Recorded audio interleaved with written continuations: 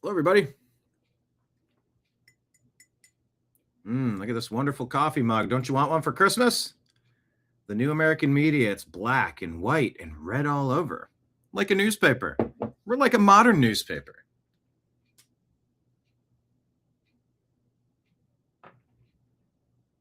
Thanks for being here. Oh, if you want a mug, right at the bottom of the screen, we got a Venmo app.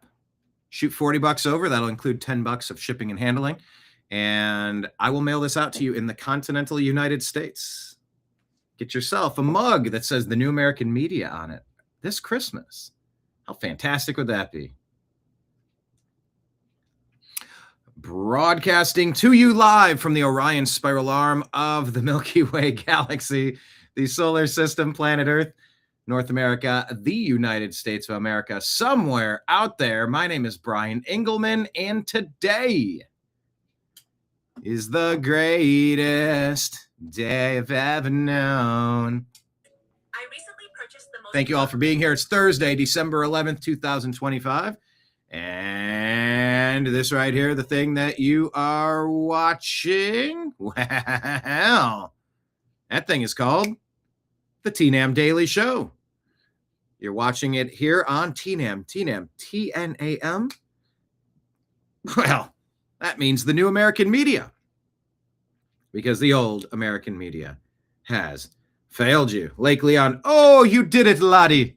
Oh, you did it, lad.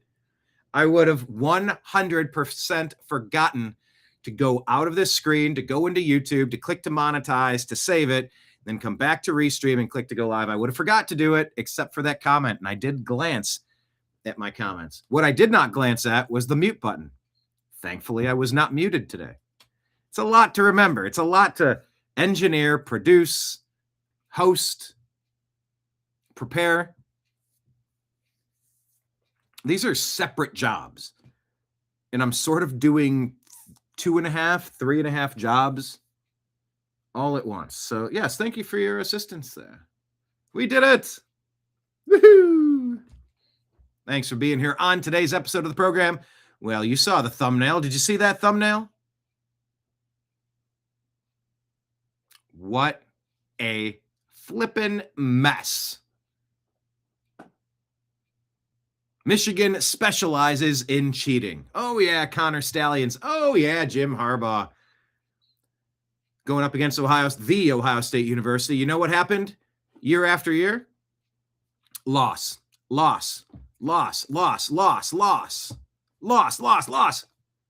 Then they bring in Connor Stallions to start cheating. Because that's what they do up in Michigan. They cheat. Well, is it any surprise that their current head coach, former head football coach, was cheating on his wife and multiple kids, 2 kids, I think. Busted for banging an intern, for an affair with an associate, for an affair with a colleague. I don't know. We'll dig into the story and try to get as many details as we can, but he was fired. Oh, and then the story gets worse from that. Yeah, and he doesn't get any of his contract money. Dude flipped out. Brought a weapon, threatening to harm himself, arrested for assault, threats. He went to her house and was threatening himself, and things spiraled out of control. Then he got arrested. Simply having an affair is not an arrestable offense, but yeah, taking a weapon and going to her place and threatening her it entered a new level of stupid. You thought you couldn't find any worse cheating and worse stupidity than what we've seen with Jim Harbaugh and Connor Stallions, the most fraudulent, asterisk-riddled, air quote, national championship in all of NCAA history. How many times in a row did you fraudulently beat the Buckeyes? 3 times, 4 times, 5 times in a row? You bunch of scamming cheaters. And you think you got a championship. Well, you got an asterisk. And now you're out a head coach. This story is wild. It's like the Coldplay incident. But I have a question on this. The story had different layers.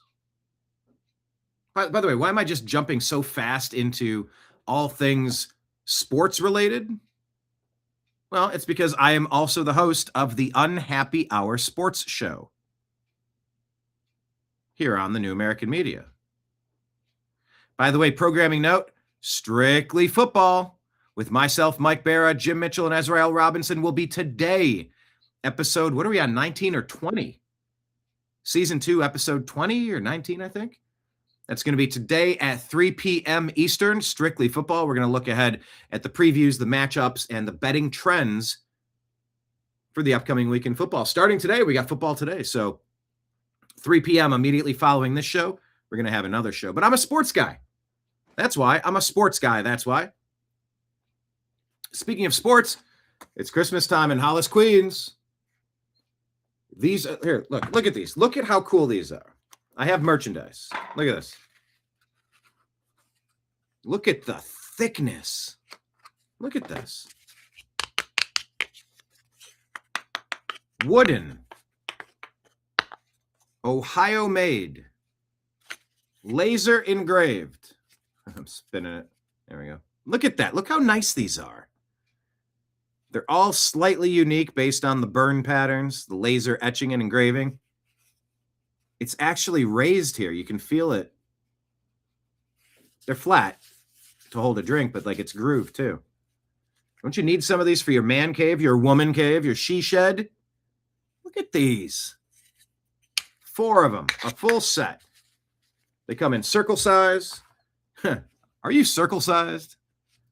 That's where one of you would make a joke about a moil. Have you been circle sized? Snip, snip. No Jew jokes. Look at this. A set of 4. They come in Ohio shaped and circular shaped. $30, including shipping. About $5 continental U.S. shipping. I'll send this out to you. Shoot it on Venmo. Include your address. $30 or $30. How about 50 for both of them? You'll have 8 thick Ohio-made, American-made wooden coasters for the Unhappy Hour. Or you could get a pin. Look at that pin. Isn't that pin nice? The Unhappy Hour Sports Show. Those are $25, shipping included. So I have merch. Order some. Just shoot me a Venmo. Include your address. Tell me what you want, and I will send it out. $75 for all 3, $30 for one, $50 for both, $25 for a pin. You get it? Got it? Good. But that's why I cover sports. That's why I jumped right into sports, because I'm a sports guy. Check out our show yesterday on the Unhappy Hour. We brought in special guest Zach Barris, longtime friend of the show. I mean, goes back to the Baron Davis trade that netted the Cleveland Cavaliers Kyrie Irving. He remembers that. He's like, that was the first show that we did. I'm like, God, that's so long ago. A lifetime ago. But yeah, we talked about Shedeur Sanders and the Cleveland Browns. By the way, Shedeur Sanders and the Cleveland Browns are set to have perhaps one of the coldest games in NFL history. Wind chill in the -20, -30. I don't even know what we're talking about, what we're looking at, but it's going to be bonkers in Soldier Field, Chicago this weekend. It's going to be one of the coldest games ever played. There's supposed to be a winter advisory tonight. So take precautions. Make sure that you're in a freeze.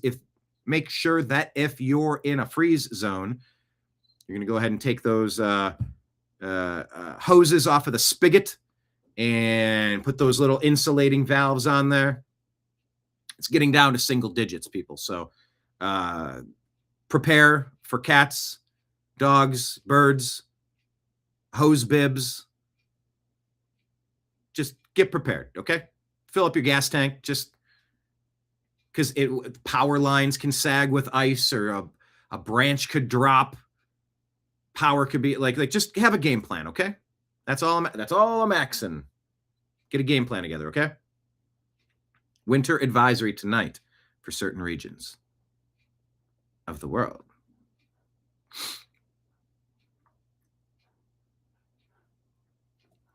All right, so we're going to talk about the University of Michigan scandal. Whew, he got arrested. What a mess. Hello to everybody in chat. Let's go see who's here. Hi, John. His wife gonna be rich. Yeah, I meant his ex-wife. Yeah, Sherrone Moore. Busted, Lake Leon. Marion, you like the picture for today's episode? Oh, you know what? Let me play you the intro. Have you ever watched, some of you have, some of the regulars have, the intro to Strictly Football? Let me play it for you, because at the end, I used that picture. Let me show you this. Check this out. Here we go. Yep. Hi, this is Eric Metcalf, and you're watching Unhappy Hour.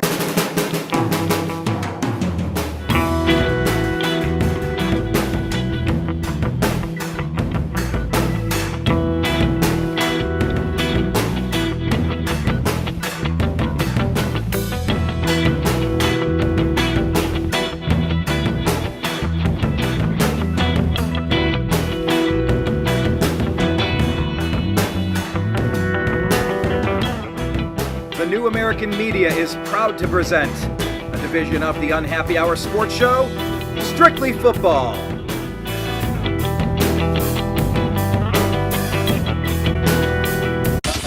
It's the Unhappy Hour.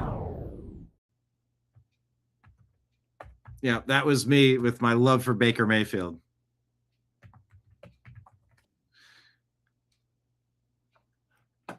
It is a funny picture. I went with it. It's what a goofball, man. Couldn't happen to a worse school. You know, I'm taking a little bit of joy. I'm just so doggone cheaters. If they were Connor Stallions, if they weren't cheating, they wouldn't have beaten Ohio State in the past couple of years. No flipping way. No flipping way. Anyway. All right. Yes. Hello, everybody. Because it's your damn show. That's why. Plus, I can. It is my doggone show. Did I say that yesterday? What was that in response to? Because it's your damn show. Didn't I say that yesterday or a couple days ago? I don't know. I can't keep track of all my wheelings and dealings. Something like that. Kenneth is back in here, saying the weather outside is colder than a witch's freezer. Norm MacDonald would say, "Ooh, it's colder than." Why, I say it's colder than a vampire's demeanor. Ooh.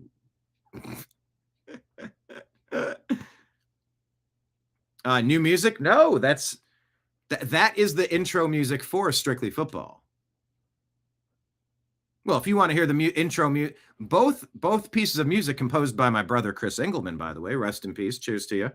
I'll see you on the other side, said Ozzy Osbourne. So how about it? We're going to unpack that and other topics on today's program. So let's just launch into the proper intro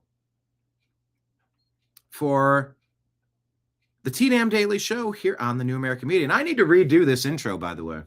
I tell you this every time. I like the music from that one. Franciscan is the name of this song. Franciscan is the name of this song. I gotta put it on my to-do list and actually sit down and do it. Sooner rather than later. All right? Sooner rather than later. Yeah, that's the Strictly Football intro music. But here is the agree to disagree music that we're also using for the T-Nam Daily Show. So without further delay, buckle up, grab your beverage, share anything that you want me to see on X. So I get the notification at American_media_. And today, let's start our program right now.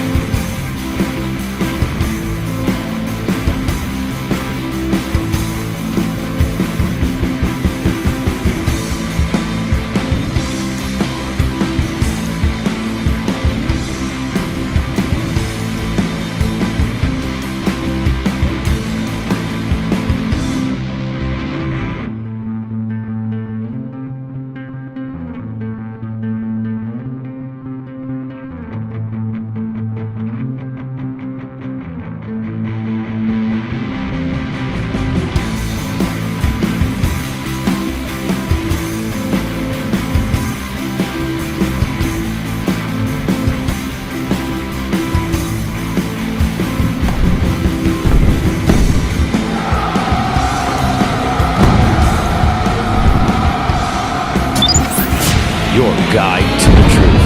TheNewAmericanMedia.com.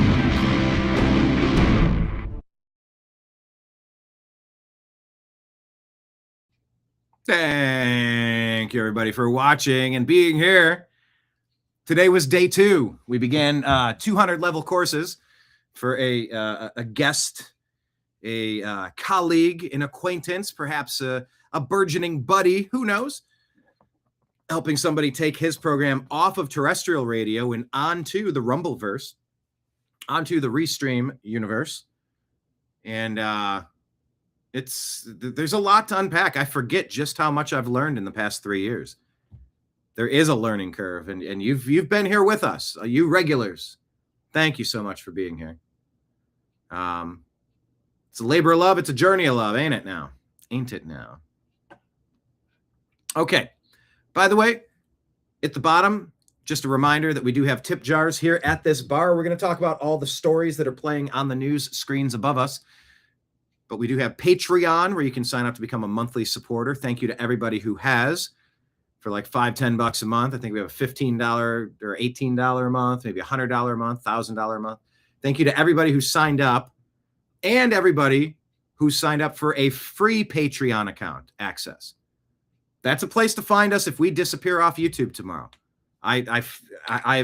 We are not in the clear in the free speech realm of YouTube. I don't trust them at all. Yes, we've been able to build them back. We built back better. Yeah. We you know the thing. It's the Bananarama, come on, man. You know, the magnification, the mummification, the monetization. We built back better, Jack. You know, come on. Frankly, I don't know what the fuck you're talking about. I'm difficult to understand, but even that, I can't even make out what the hell you're trying to say, Joe. But we did build it back better, but I don't trust them. So it's nice to make sure that you're linked up to us on different places. So Patreon's a place to do that. Free account, even if you don't sign up for the paid subscription, which is definitely appreciated. But we have tip jars out. You can do subscription on YouTube and Rumble. Very much appreciated to all of you who have, as well as Rumble rants and super chats for the holidays. Sing your favorite holiday song, pour yourself a glass of eggnog, and go, I've been blessed this year. I'd like to pay some of that forward to my buddy Brian. Tip jars are out in the forms of Rumble rants and super chats, as well as Venmo, Cash App, and PayPal, all scrolling at the bottom of the screen. All right, what I want to do is start off with our X feed. Let's go ahead and pull this up for you. Let's see, I'm off the screen. Do I want it like that? I'm very tiny that way. Top and bottom. Here, I'll go tiny. How about that? Oh, I'm Tiny Elvis. Uh-huh. Tiny Elvis, another Rob Schneider skit.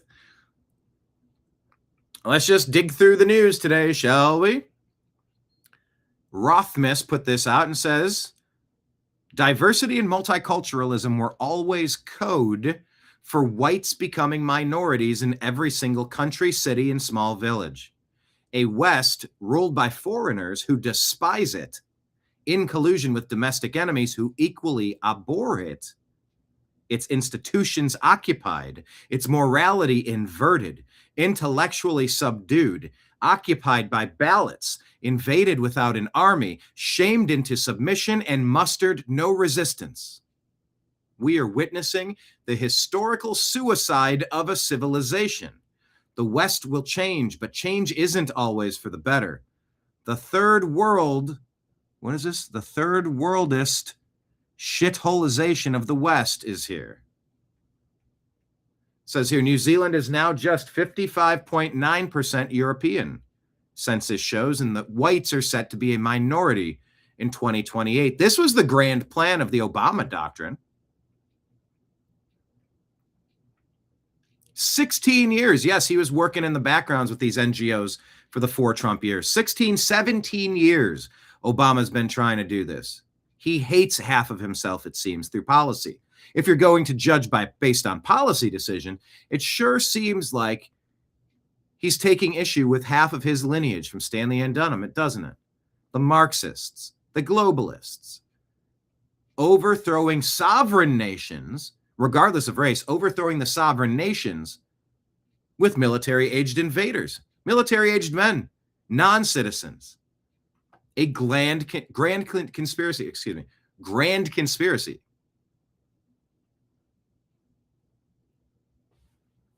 Third world, turd world, same thing. Tiny E. You can call me Tiny E. It's Tiny Elvis. Such a dorky skit. Elon Musk responds to this and says the doom of Western civilization must be averted. I would agree. Please check out yesterday's program shared here on YouTube from our Rumble account. It says the TNAM Daily Show, Trump mounts an offensive against deep state appointment traps because they're just not approving. They're not appointing. What is it? They're not confirming his appointments, I think is what the phrase I'm trying to say. KBJ shills for deep state from the Supreme Court. KBJ. Ketanji Brown Jackson. All right, TMB says this. For those keeping score in Ann Arbor, Michigan, let's just kind of check in. We know that Minnesota has been conquered by a foreign nation. We're well aware of that. But let's check in Michigan, shall we? FBI has arrested a Chinese national at the University of Michigan for smuggling biological materials. I covered that story weeks, if not months ago. And by the way, that's happened more than once. So I've covered it maybe years ago and weeks or months ago. The former offensive coordinator is on trial for hacking and stealing personal pics and information. There's a cheating scandal that landed the university a $34 million fine. Former head coach and his staff get show cause penalties and become the most penalized staff in college football history to add to their suspensions. Burgergate landed them more recruiting penalties. Former staffer has been arrested on pedo charges.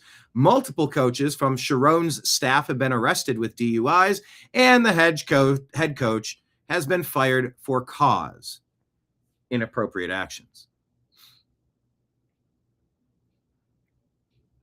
That's Ann Arbor, people. You got a third world up there in Ann Arbor, Michigan. Something's rotten in Denmark. Something's rotten at the University of Michigan. Make no mistake about it. You know, but I do have a question. Sherrone Moore, the football head coach for Michigan, that team up north, he was fired for inappropriate actions. Why have I read 100 stories on this and not heard that the woman was fired for her inappropriate actions? It takes two to tango. I want to know if she's been fired too. Ooh, I've never made a phone call live during a show. Man, do I still even have the...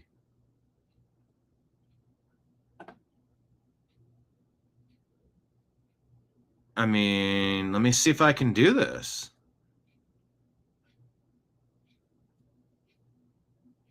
How do I make calls? Oh, enter a number. Here, let me try this. By the way, this is the image that you all were enjoying. Busted, Sherrone Moore. The only way it makes this better is if you put that fairly attractive blonde lady in this loving embrace, as if she was getting busted at a Coldplay concert. Let me call. Here, let me pull it up on a different. I'm going to call the University of Michigan. No, not new message. Hold on. There. We'll ask Croc. Phone number for U of M press department.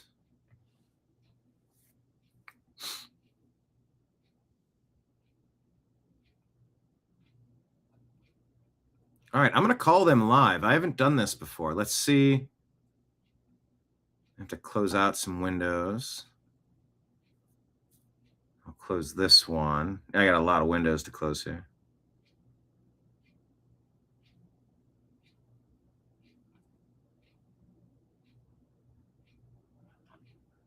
All right.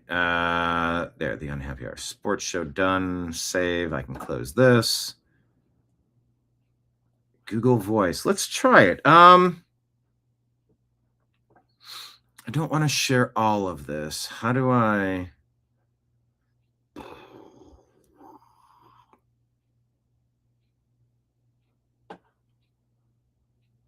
Well, here, let me just, oh, it won't let me enter a name or number. What do you mean register now? Okay. I just want to paste a number. Why can't I call? Is Google Voice not going to work? I wanted to call University of Michigan. What?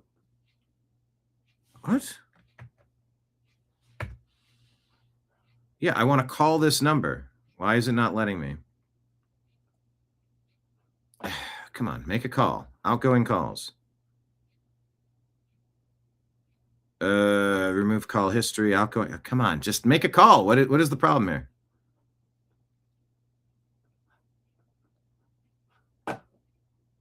It says enter name or number, but I can't.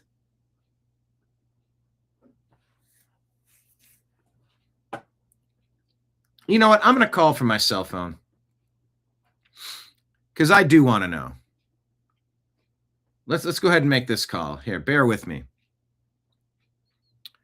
Bum bum bum bum bum bum bum bum bum bum. University of Michigan Press. For a complete staff directory, please visit our website at press. All right, let's see. I'm calling University of Michigan. Thank you for calling the University of Michigan Press. For a complete staff directory, please visit our website at press.umich.edu. To request an examination or desk copy, please use our website.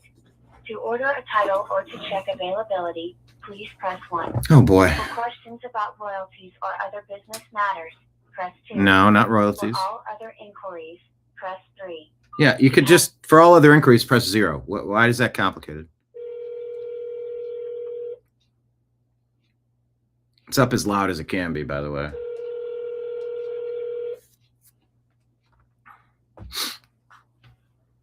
It is ringing. Will anyone answer? 1 ringy dingy, 2 ringy dingy. No, I'm not going to ask if the fridge is running. Hello, you have reached Charles Washington at Michigan Publishing. Please leave me a... No, hold on. I don't know what that is.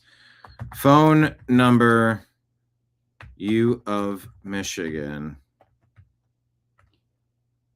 No, we're gonna call because I'm curious. I haven't found this. General information. All right, I'm gonna call it again. Thanks for bearing with me. I was trying to do it on Google Voice, but Google Voice is jacked right now.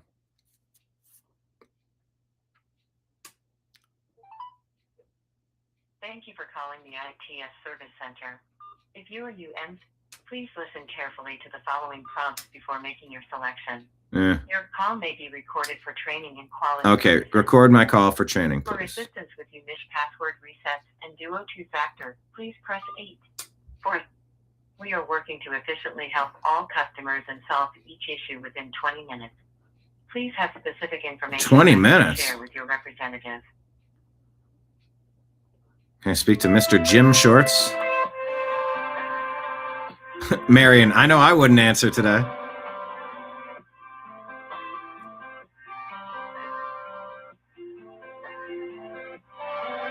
I know. I'm wondering how long I want to keep this. Sam, how can I help you?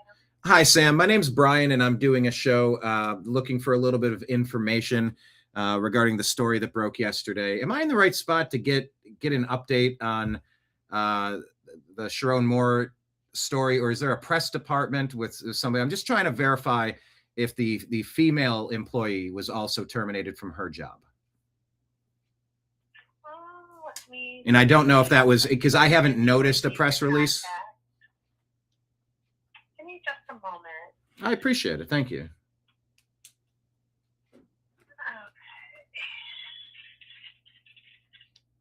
Yeah, because I think one of the questions is we saw that the head coach got fired, but it's like, well, it takes two to tango. So we're assuming the female got fired for violating the code, the policy in her hiring manual as well, because, two to tango. But I didn't see that reported anywhere. But I didn't see that she wasn't fired. So I don't know where we're at, and just trying to get some clarification.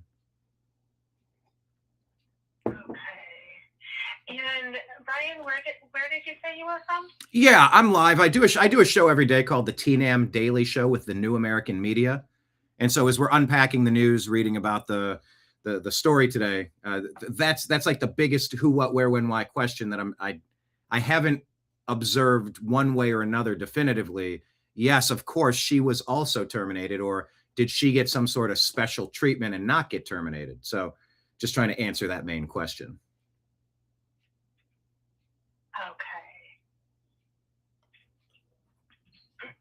What I can do, I don't have that information. Oh. Is I can get a ticket,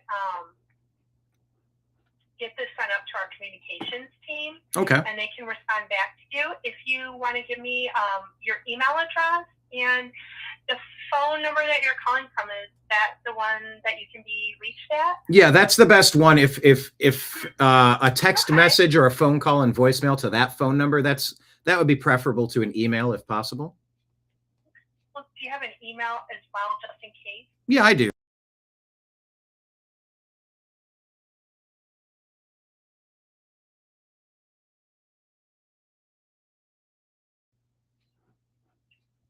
Yeah. Okay. And then like a .com? Yeah, newamericanmedia.com. Yes. Okay. All right. Yeah, I will definitely get this information sent up, and then they will be contacting you back about this. Okay? I appreciate it. What was your name again? Sam. Sam, I appreciate your help today. I hope you have a great rest of your day. Thanks. I hope you do too. And stay warm, by the way. It's a winter advisory this evening. Oh, exactly. You stay warm too. All right. Take care. Thanks, Sam. Bye-bye. Bye. There we go. Well, you heard it in real time. I don't think I said it in the first sentence, but I'm like, yes, I'm live here on the TNAM Daily Show looking for an answer to this question. Because why would the lady get to keep her job? I certainly hope a progressive institution like the University of Michigan would be sexist enough to fire the man and not the woman. The homewrecker, some may argue the homewrecker committed a bigger faux pas, if you will. She knew he was married. She knew he had kids. What's she doing that for? He can't drive down the freeway unless she opens the gate. Unless, of course, there was something forcible, which has not been the claim. This appears to be a consensual, at least according to the reporting that I've seen. But it is weird that part of the story has not been reported, isn't it? Is it not weird? I find it to be weird. All right. Yeah, Sherrone Moore is going to unseat the Coldplay couple as the face of cheating when it drops. Oh, boy. Yeah, and it didn't have to turn into a mugshot, but he lost his mind. I'll read you the updates on what happened here. I know. Look, there's a part of me that does not take great pleasure in this. Oh, and there's a part of me that takes great pleasure in this. Remember when Urban Meyer, Ohio State Buckeye coaching legend, went down to Florida to coach the Jacksonville Jaguars, and he was at a bar and there was a pretty lady dancing on it. He was at a bar stool and she was in front of him and he had his hand in her pocket or in her pants or something. Oh, he got maligned and embarrassed and Michigan laughed. Well, Urban Meyer didn't show up with a knife and threatening all this and that and get arrested afterward, did he? No. Couldn't happen to a worse program, that University of Michigan. Cheating. That's what they do best at Michigan, is cheating. It's what they do best. It's what they teach up there. So anyway, we'll dig in and get some more information on that, but let's continue going around here. Johnny St. Pete says, holy wowzers. Oh, hold on. Wait a minute. Stop. Somebody told me something at the top of the show that I did not address. And I wasn't aware of it, so I wasn't thinking about it, and I'm juggling chainsaws and apples and bowling pins here. I want to say a quick word, a quick prayer. Unless you're driving, feel free to close your eyes, bow your head, or clasp your hands together in a little triangle-y prayer thing. Is there a word for that? Prayer pose? Dear Lord, Heavenly Father, Jesus Christ, God and Creator of the universe, or whoever you deem your personal deity to be, please look after Scott Adams, who, as according to my understanding, was rushed to the hospital again today. If it be your will to heal him, please do so, because a lot of us really appreciate and gain a lot from his Coffee with Scott Adams show, in the way that he helps us think about how to think, if not to parrot his talking points or buy into any of his perspectives per se, but it's usually an exercise in how to think. I find that valuable. Millions of others do as well. So if it be your will to heal him and put him on the fast track to recovery, please send your angels to do so. Regardless, please watch over him and give all of his care providers, nurses and doctors alike, the knowledge, the inquisitive nature, the steady hand, the expertise, the medicine, and the materials to help him stay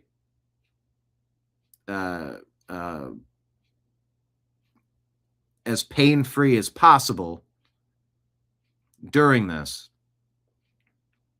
Just give him strength and send him love and watch over if you can. In your name we pray, amen. Yeah, I didn't know. Scott, I listen to his show every damn day. If not every day, many days. I do enjoy it so. So prayers, thoughts to Scott Adams. Yes, prayers up to Scott Adams. All right. Johnny St. Pete says, holy wowzers, Mike Benz is connecting dots like only he can. What if I told you an Obama Undersecretary of Defense wrote an article days after the 2017 inauguration with 3 ways to get rid of a Trump presidency? Wait till you see what their insane fourth option was. What if I told you she headed up the secret TIP, Transition Integrity Project, in June of 2020, a week after the Floyd riots began, and that it was done under the guise of if Trump clings to power? But there, within that document, truly laid the strategy and game plan of the deep state uniparty, all coming together with people such as former head of RNC, Michael Steele, who I've interviewed, DNC, Donna Brazil, and John Podesta, read his emails, among others. Also discussed was the possibility of street riots, and that may force him out in their war games scenario.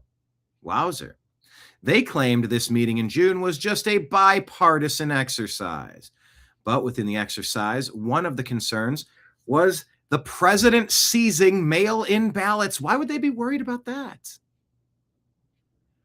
Remember something, the pipe bombs were found at the RNC and DNC, and former heads of those committees were at the war games. Also, another exercise was Trump being forced about by street mobs. The Floyd riots had started a few weeks before. This meeting sound like a coincidence? Question mark. Bravo, Mike Benz Cyber. This one has 5,500,000 views, more than 500,000 views. Scott Adams says, mind blown. So check this out. It's a 15-minute clip where Mike Benz puts these dots together. Curious to get your thoughts. I don't know Matt Van Swoel personally, but I've been following his work, and he seems to be reputable insofar as I've had no particular reason to distrust anything he's put out. So that being said, if it's accurate, let me tell you this. Breaking, according to Matt Van Swole, the man who was stabbed in the chest by an illegal alien invader on the train in Charlotte, North Carolina. No, not just Irina Zarutska. Irina Zarutska should have been the George Floyd moment of whites to stand up across America and rise up and say, we are sick of being targeted. But just a day later, just 2 days later, how soon was it after Irina? Was it the same day? The video was leaked and then a day later, Charlie was gone? Very interesting, isn't it? That story shook me to my core. But yes, more stabbing assaults, more knife violence, illegal alien again. Irina wasn't an illegal alien. The killer wasn't. He was just a well-known crazy violent guy that should have never been allowed out in public. Should have been quarantined for life in some sort of treatment facility. Instead, North Carolina said, we like our crazy violent people roaming the streets for some reason. Well, the man who was stabbed this time is named Kenyon Doby. He's in critical condition with a tube in his chest pumping blood out of his lungs. Damn. According to authorities, Doby was the only person who stood up and told the drunk illegal to stop screaming at riders, including an elderly woman on the train. For his efforts, he was knifed in the chest. Quote, I guess it's better off that it happened to me and not an older person. I wasn't trying to be a macho man, but what I won't allow is you to attack random people for no reason, especially the elderly. We said this man is a GD hero. Of course, GD stands for gosh darn. A modern day Daniel Penny. Of course, you remember Daniel Penny was the service, I believe he was in the military service, at least at one point, and he was on the train with a crazy violent guy threatening people, so he put him in a hold until they could get to the police to hand him off. And the guy expired in the meantime, and they charged him with a crime for standing up to defend the people around him. A militia member. You know what militia is? It's a first responder. Someone tries to attack your person, your house, your family, your community, your city, your state, your country. Militia is a first responder. It's not a dirty word. It never has been a dirty word.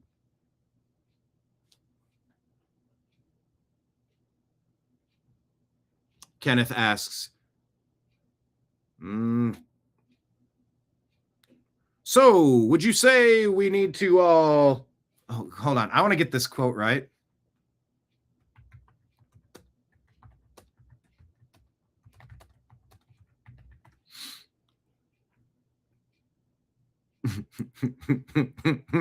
Kent Brockman, the news anchor, is speaking to a professor during a panic in the episode Homer the Vigilante. Kent Brockman says, would you say it's time for our viewers to crack each other's heads open and feast upon the goo inside? Yes, I would, Kent.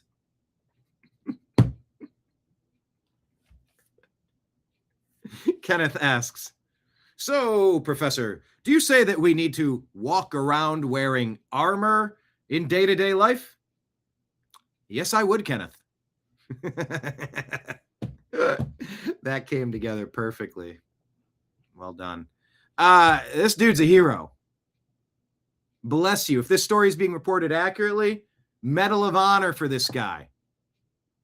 And an apology to Daniel Penny, who many say was persecuted because he was white. Because in this day and age, after 20 years of the Obama doctrine, demonizing white people, every chance they get, oh, heaven forbid, there's a black subject that dies in an altercation with a white person. Oh, whitey's automatically evil. No. No more so than blackie's automatically evil. Whitey's not evil. Blackie's not evil. Every case is about the actions of the individual. Except that's not what the Democrats do. They only push anti-white bullshit, and they always gloss over and cover up anti-black stuff. They never hold them accountable when they're committing atrocious acts, be it Irina Zarutska, Look at how much press coverage was given to that compared to George Floyd. George Floyd, you can't say he had it coming, because, right? Wasn't he a guy that pistol whipped a pregnant woman during a home invasion? Dude was a trash human being with trash history. It doesn't mean he deserves to get snuffed out by the police, but that's not really what the video shows. Shows that the police were called because he stole from the convenience store, passing monopoly money off as real money. It wasn't. He stole. And then when confronted, it looks like maybe he was swallowing fentanyl on his tongue during the freeze frame. And he was already saying, I can't breathe and I can't go back there, hyperventilating, freaking out, overdosing, having a heart attack. We don't know. But he was peaceably put into handcuffs, peaceably put into the back of the cop car. And if they had just closed that other door, you would have never known this guy's name. But he freaked out, squirmed out, and got on the ground, which is where the knee went down to the shoulder, neck, back area, as he was trained, allegedly, and reiterated and confirmed by many people on the Minneapolis police force that that's what you do. In that area, you just put a knee down. You don't put pressure. You're not putting all of your body weight on it to harm the person. You're just trying to make them immobile, where that person expired. And he was blamed for it and charged with murder and convicted. It can be argued that from the theft to the swallowing of the fentanyl to squirming out of the cop car all led to his expiration. Walk me through the things that Irina Zarutska did wrong on her path to being executed. She existed. That's it. And was butchered. I said on a previous show, I've never in my entire life scrolled past a story that says crazy violent white guy slits the throat of innocent black woman on a subway. I've never seen that story, not a single time. I'm sure it's, I'm not sure. I feel like I would have heard about it a quadrillion times by now. I've never seen it. But we see stories of innocent white girls getting butchered over and over by dudes of different races all the time. It's an epidemic, it seems. But the media doesn't go balls to the wall and force people out in the streets for to rile up people politically, to gain political power, to fundraise, to threaten, to break into stores, to set car dealerships on fire. You know, when Kyle Rittenhouse defended himself against multiple people trying to shoot him, crack his skull open and feast upon the goo inside with a skateboard. Yeah, he defended himself against crazy violent people, and he had to stand trial. It's bullshit. Self-defense is self-defense. Not every self-defense case deserves a case, a trial. Look at the basics of the situation and acknowledge that we all have a right to self-defense. And you don't need to have your life flip turned upside down for defending yourself. So regardless of who it is, whether it's Daniel Penny or this gentleman here, this gentleman, according to Matt Van Swollen in Charlotte, North Carolina, named Kenyon Dobie. I want to say Kenyon Dobie, along with Kyle Rittenhouse and Daniel Penny, deserve a Presidential Medal of Freedom. Because if we don't stand up to the crazy violent people harassing everyone around, we let the evil win. I don't think he woke up that day and wanted to get stabbed in the chest. Do you? Do you think Kyle Rittenhouse woke up that day and said, hey, I sure hope multiple people try to off me? No. I'm sure Daniel Penny didn't say, oh, I hope I get up today and have to deal with a crazy violent lunatic on the subway who's threatening all of us, and I got to jump in and take action to protect everybody, all these innocent people. Nobody asks for that. Well, Kyle Rittenhouse asked for it. Why do you think he had a firearm? Because we're an American. We have a right to defend ourselves against the people that want to try to end us. That's why. That's why. It's madness. This guy, if the reporting is accurate, is a hero. God bless you, Kenyon Dobie. Man, oh man, do we appreciate you. Somebody posted this. Thomas Clay Jr. says, looks like things aren't so good in Republicanistan. Usha is a liberal, always has been. Apparently, they were having an argument loud enough to quiet the restaurant. Why is he wearing a T-shirt? 17.7 million views. Natalie Whittingham Burrell. liberal who loves that her pronouns make you mad. Is this a satire account? JD responds, goes, yeah, I always wear an undershirt when I go out in public to have a fight loudly with my wife. So if you're seeing that story, yeah, that appears to be AI, people.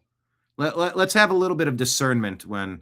Don't be one of the 17.7 million people acting like a goofball, shall you? All right. Mike Cernovich here, who we interviewed previously. You can check out.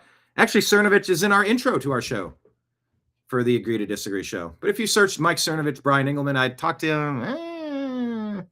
Was it once? Was it twice? 3 times later. Mike Cernovich says, I believe it was a Garland, Texas situation.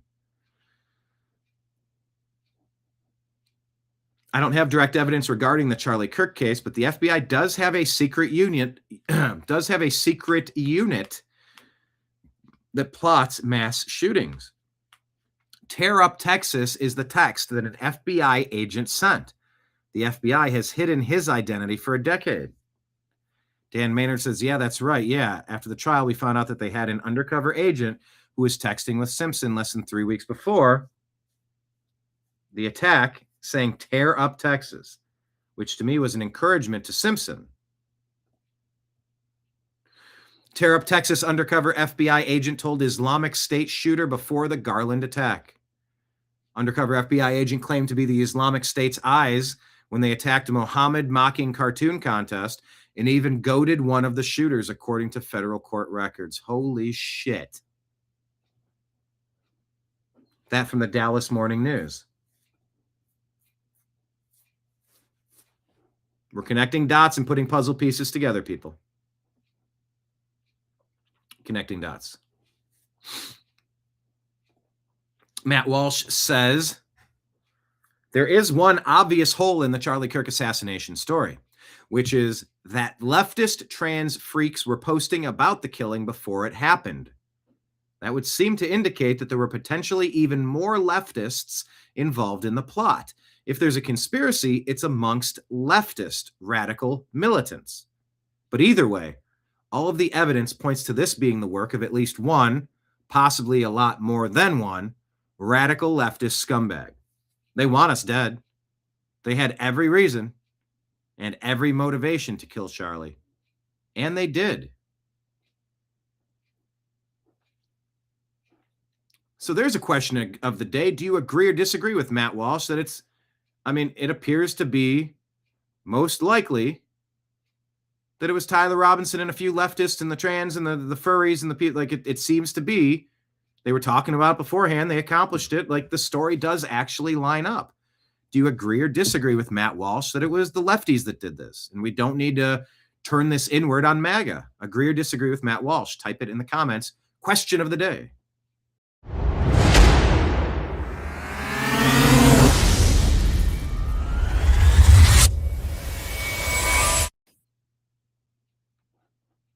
All right.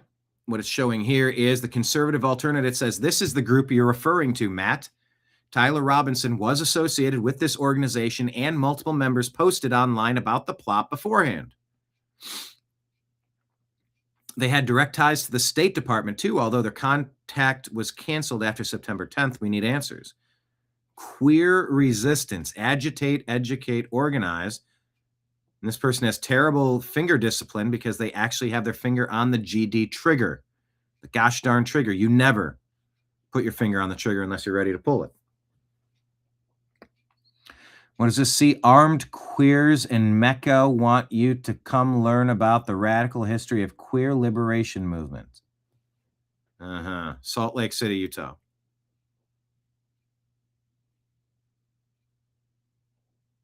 Andrew says, notice how nobody in the Candace circle is just asking questions about this. An Antifa plot is infinitely more plausible than some weird Israel, French, Egyptian scheme, he says.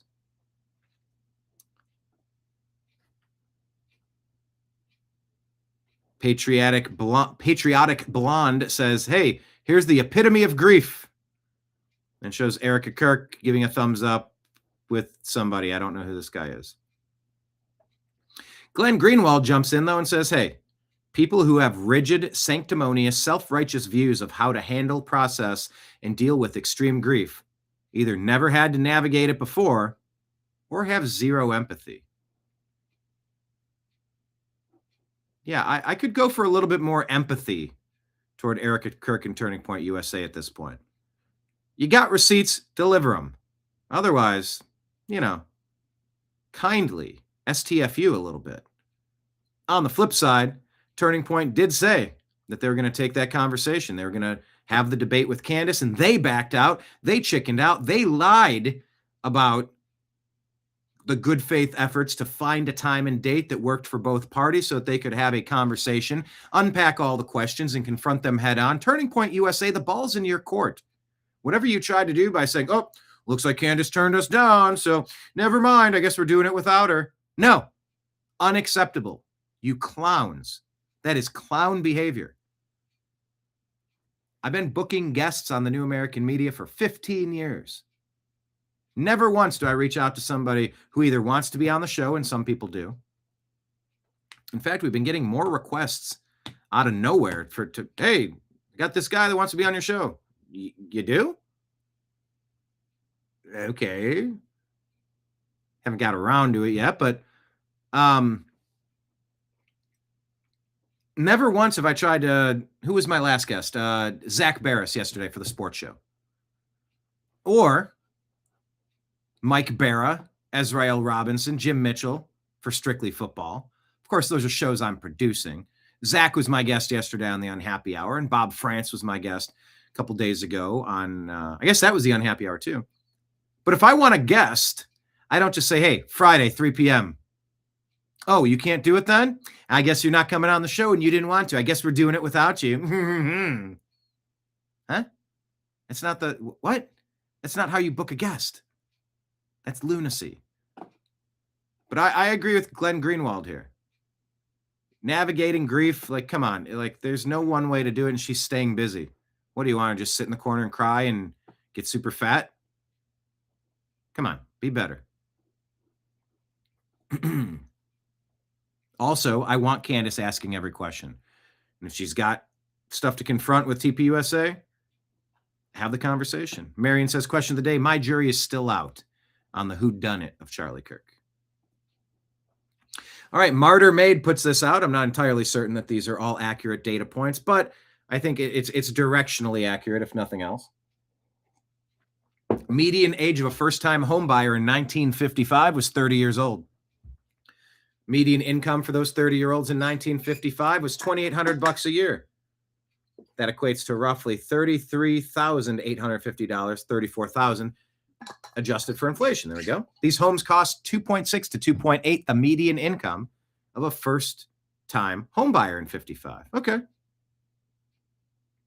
So right now, by the way, median cost is now 7 to 8 times the income of a median first-time home buyer.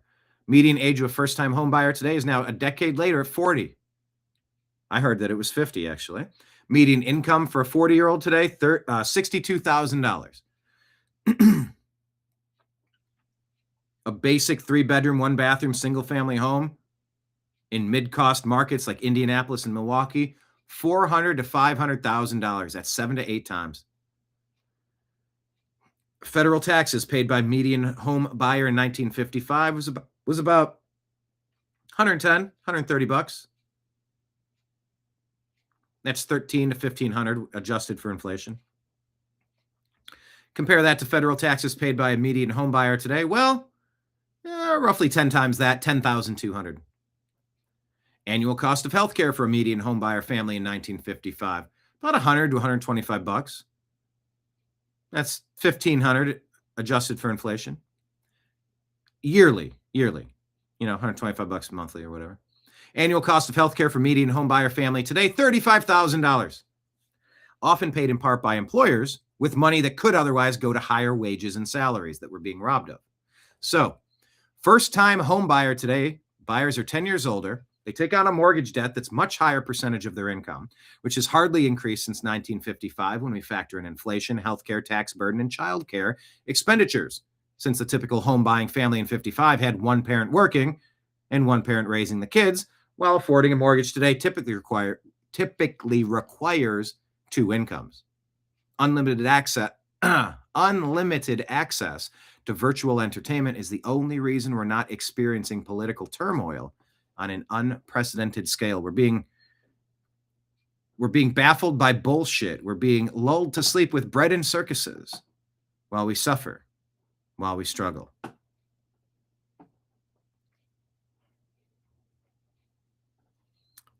National Association for Gun Rights says, don't even get me started on how much guns used to cost. Ascended Concepts says, hey, in 1964, the minimum wage was 5 90% silver quarters. In 2025, 5 90% silver quarters have a melt value of $45.20. We don't need minimum wages. We need sound money.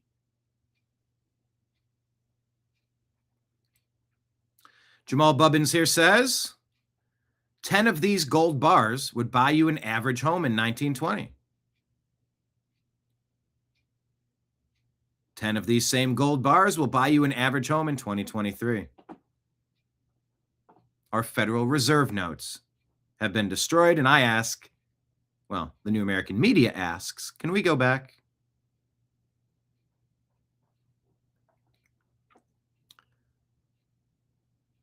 Let's play a clip from our two least favorite Muppets. Defiant L's put this out and says, Jennifer Welch. Well, just let her say this in her own words, shall we? Her attack on substituting a relationship for a man with a substitution for the government. This is they're bashing Erica Kirk, mind you. Her attack on substituting a relationship for a man with a substitution for the government is overtly an attack on poor people and the racist connotations in that, considering she's abundantly aware of when you talk about women. Oh, two white liberals talking about racism. Oh, I'm so eager for more of this claptrap. And poverty in that, consider. Hang on, let me reset so you can hear her full sentence here.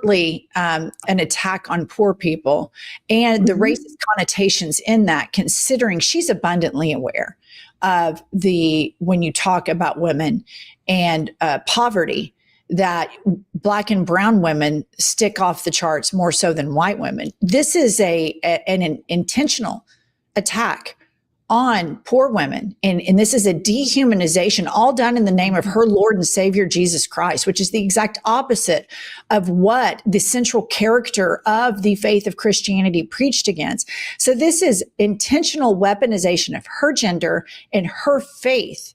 And she is a grifter. And just look at the costume changes. Wow. Look at the costume changes. Look at the costume changes. She's so proud of that thought. She repeats it twice. Christianity preached against.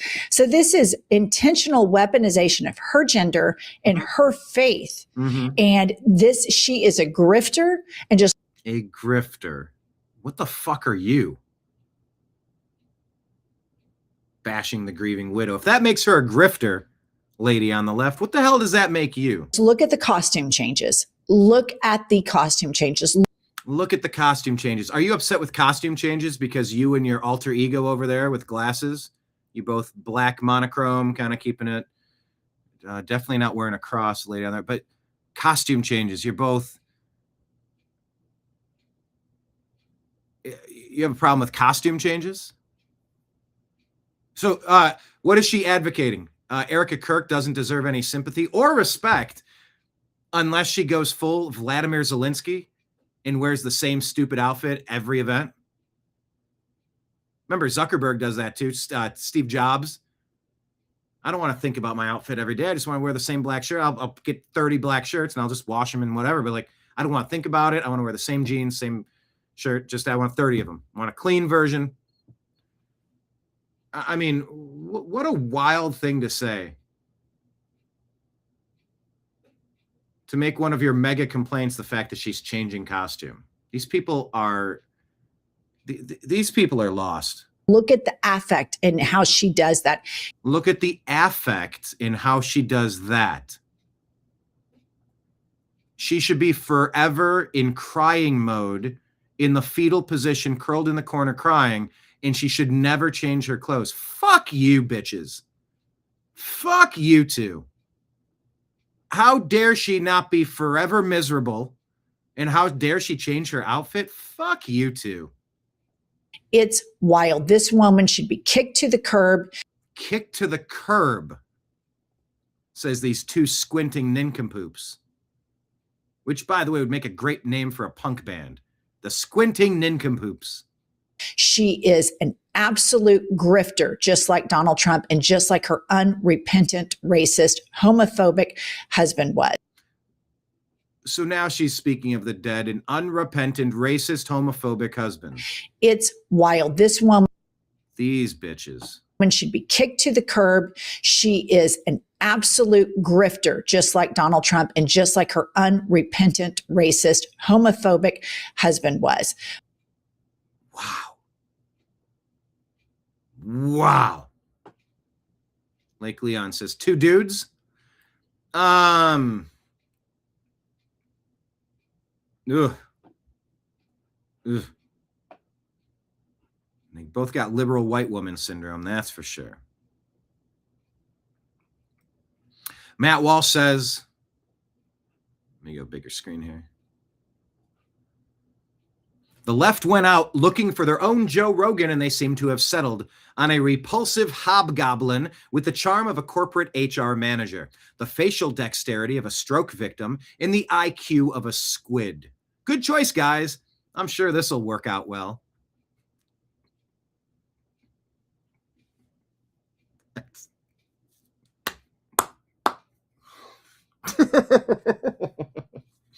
Matt Walsh is I do appreciate reading and listening to Matt Walsh, that's for sure. Sometimes there's not too much you can add. The left went out looking for their own Joe Rogan, and they seem to have settled on a repulsive hobgoblin with the charm of a corporate HR manager, the facial dexterity of a stroke victim, and the IQ of a squid. Good choice, guys. I'm sure this will work out well. Oh, that's good. Sweet. So this is what I put on. Like, they just look like a couple of Muppets. I don't know. I'm sure we all look like something, but the vile things that they're saying about the assassinated man, Charlie Kirk, and his family, they can fuck right off to hell as far as I'm concerned. We said, meet the 2 most despicable ladies of the left. Swing and a miss, hoping they would be the Joe Rogan with ovaries. Just a bunch of goofy little Muppets. What do you think? Do you think I got the point across with the 2 Muppets dancing in unison? I think it conveys the point, but I digress. Fed detector says a 30-06 didn't take out Charlie, Matt Walsh.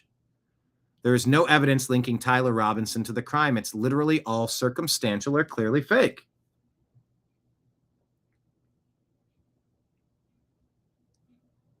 Matt says, what are you talking about? Robinson confessed to his partner, his Discord, his family, and the sheriff. His DNA was found on the trigger of the rifle. What's wrong with you guys? Fed detector says, okay, well, so if that's all true, why is he pleading not guilty? So he turns himself in 33 hours after the shooting. 33 hours. Remember, 33 hours. Okay, dork. Don't forget how many hours went by now. And immediately after 33 hours, he's turned in and begins pleading not guilty. Why? He says, are you as dumb as Tim Waltz?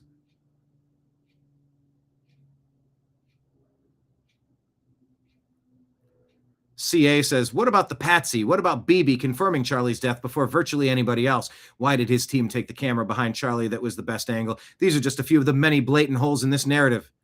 You don't seem to care about these. You accept the official narrative because all you talk about is the left on your boomer slop show. Says CA all day. Matt Walsh, none of these things constitute evidence even remotely. And the conspiracy theory makes less sense of these facts than the so-called official narrative does. You're posting random circumstantial points as evidence of a theory that itself does a worse job of explaining the points than the theory you're trying to debunk. For example, if powerful forces in government had selected Robinson as the patsy, why would they also have a second patsy who they would arrest and clear almost immediately? What possible purpose would that serve them? It's a weird detail, but your theory makes it less explicable, not more, which means it's a bad theory. We all want answers. But Matt says in response to a lot of this, okay, so let's go through this. Various powerful governmental forces across the globe conspired to K. Charlie Kirk, and rather than just having him die mysteriously in his home of a heart attack or a suicide,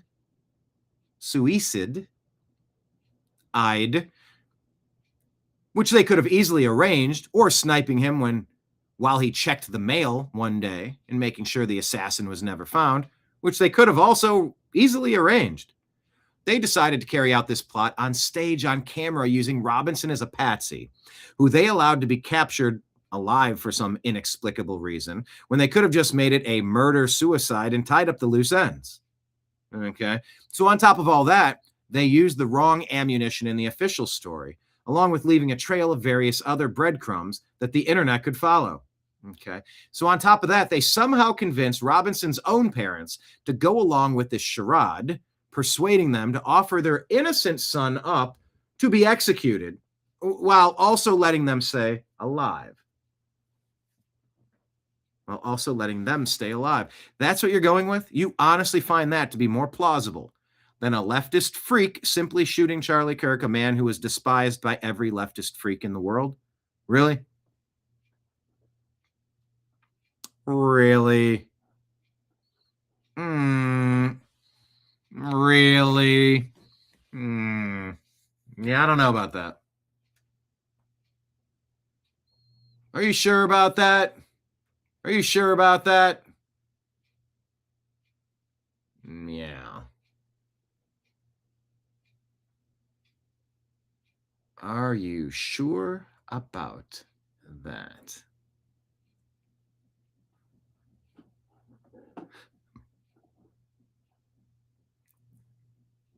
Oh, okay. Rand Paul here. Having a chat on Newsmax, talking about the auto pen pardons. If you can just give me a really quick answer on this one, because I got to get it in. President Trump has declared the auto pen pardons and commutations null and void. This includes His Eminence Dr. Fauci and General White Rage Milley. As you understand it, what are the next steps in holding these two men and others accountable for what they were being, quote unquote, pardoned for? Yeah, I agree with President Trump on this, and we should pursue it. The only way to pursue it is to go to court. So I have presented evidence that Anthony Fauci lied to Congress, which is a felony. I've also presented evidence that he instructed others to delete and destroy federal records. This is a crime as well. If you're in the executive branch, you're not allowed to delete or destroy records. These are crimes, and they would need to be tested in court, and then his pardon would be tested. So the Trump administration, the DOJ, would need to bring charges, bring him to court, and then his pardon would be challenged in court. If you can just give me a really quick answer on this one, because I got to get it in. Please do this. Rand Paul says President Trump is right to void the auto pen pardons. Ooh, I had a missed phone call. Did I get an update? Ooh, let me see. Did I get a voicemail? It looks like I'm getting a call back from Ann Arbor, Michigan. Let me see if I have an update on this. Fingers crossed. Can you hear it?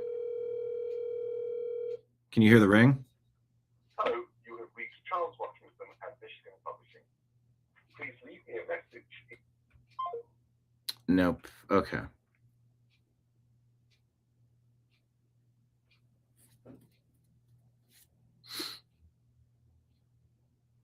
Okay, let me grab this real quick. Hold on one second.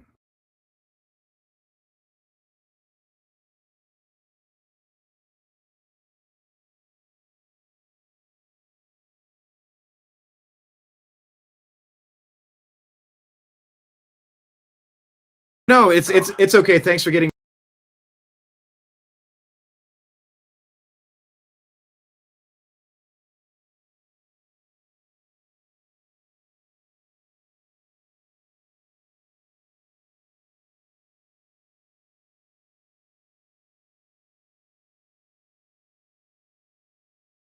that I had was wondering if both University of Michigan employees were terminated for cause. What I keep reading is that the coach was, but I haven't been able to confirm if the second person was.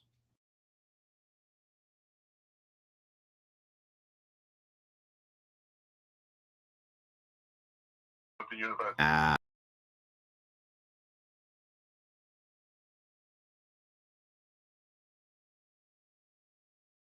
Just search news service and vice president for communications. Okay, That would be the right place to go.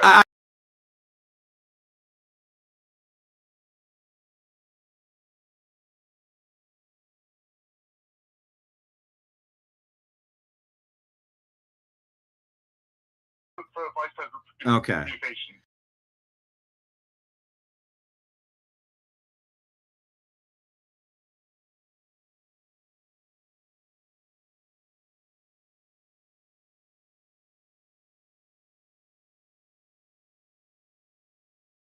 There's a tradition there, so that's always the case.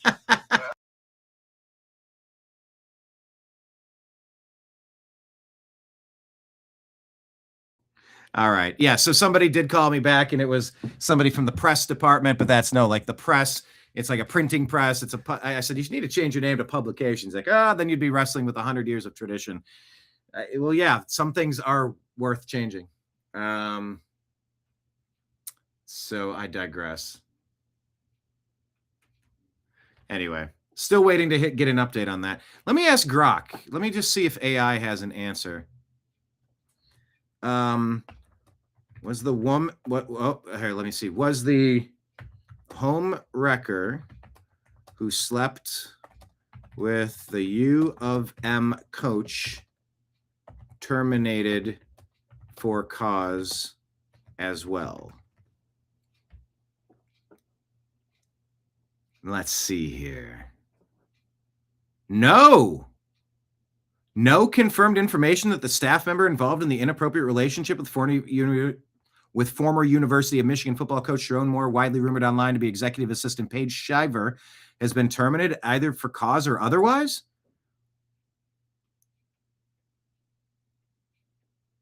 Why are there no updates on this? You can't fire the man and not the woman. Oh, I'm going to have a big problem with this if they fire the man and not the woman. No. You don't get to be a home wrecker and get away with it. If you're terminated for cause, you're both terminated for cause. You don't just take down the man. Oh, no, he had a position of power. Monica Lewinsky chose to do what she did. She knew Billy C. was married. No. These ladies know what they're doing, and they need to be held just as accountable as the men. So I'm following this story to get confirmation on that particular point. Okay? Okay. Yes, I did hit mute that time on purpose, by the way.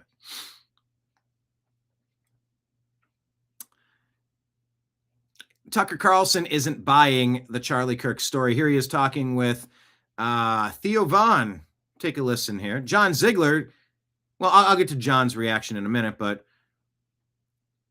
Kat says Tucker Carlson breaks his silence. Was he really silent about it, though? I don't know if he was silent, but maybe he's getting more specific now. Take a listen. Who was Charlie Kirk? Yep. Oh, yep. really? Oh, yeah.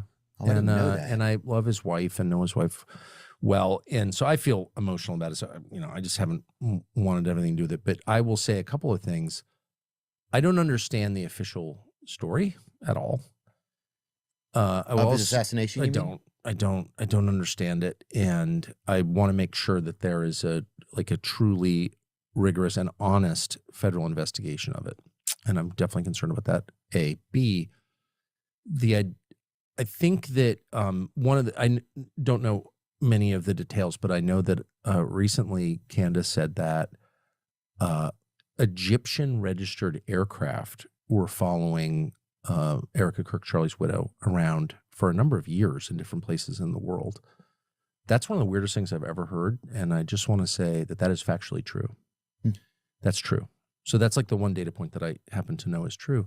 What does that mean? I have literally no idea. I can't even guess, but that's very, very strange. And what is Egyptian? It could mean aircrafts from Egypt. Who knows? I think that they were registered in Egypt. Got it. And but that fact is true. So enough. Okay. I would like to hear, how does he know this to be true? How did he confirm this? How would one go about confirming this? So that's question number one I'd have for Tucker. Not disbelieving him, not believing him, but just a follow-up. Well, how do you know that to be true? How did you confirm this? And it also her claim that, you know, there were kind of a disproportionately large number of foreign registered cell phones at the event. That's also true. So what does that add up to? I don't know, but it means that, you know, the FBI has a moral and legal obligation to look in every direction and to be open-minded, as you would in any investigation, in journalism, in science. It's all the same process. I don't know the answer, and I'm going to sift through everything as open-mindedly as I can, as honestly as I can, to get to what the truth is. That's science, that's law enforcement, that's journalism. It's all the same. That's justice. And I just want to make sure that is happening, and I just don't have a ton of confidence in the FBI or the men who run it. And I'm not saying that out of ignorance at all. That's a scary part too. What Candace is saying is clearly causing a lot of turmoil. Is it true or not? I can't assess it. I'm not the FBI. I'm a freaking podcaster, but I do know how the system works, and it's really simple. The FBI has this case, and of course the state of Utah.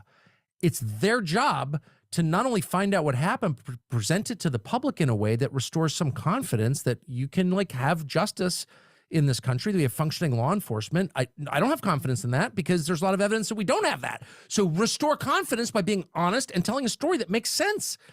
So why, and if they don't do that, and they haven't done that, they have not done that, how can you be mad at Candace Owens or anyone else for filling a vacuum that they left? Yeah. Well, Candace is okay. No, the people with the authority are the ones responsible, and they're the ones who should be held responsible when there's a failure. Not some podcaster, not me, not you, not Candace, the people whose job it is. And their default assumption was we acted alone. Really? Why do you think that? What about life suggests that people typically act alone? When was the last time you acted alone in anything? I don't go, right? So A. B, we know that people had foreknowledge of this because they posted about it on X and said Charlie Kirk is going to be killed on this date, and he was. Is that true? Yes, it's true. But were they just guessing? Was it a guessing thing where every day they posted that? Maybe. Have those people been interviewed? Have they been hauled into FBI HQ and had a long conversation with how they knew that? Like, let's get really specific. Why did you post that? Who have you talked to? Like, if I were doing this investigation, because I spent my whole life doing non-criminal investigations called journalism, like, what do we know is true? How do we find out? Call everybody, be open-minded. It's like it's the same process. If I was doing this investigation, they would be at the very top of the list. We know, because we've got public postings on Twitter, that people know, just like on 9/11, we know people bet against American Airlines and the banks that were in the World Trade Centers. They shorted those stocks. Those people clearly had foreknowledge of 9/11. Who were those people? We still don't know. So I would start there. But so you're saying that just the fact that there could possibly be some foreknowledge should be investigated? Well, there was foreknowledge because I saw the tweets.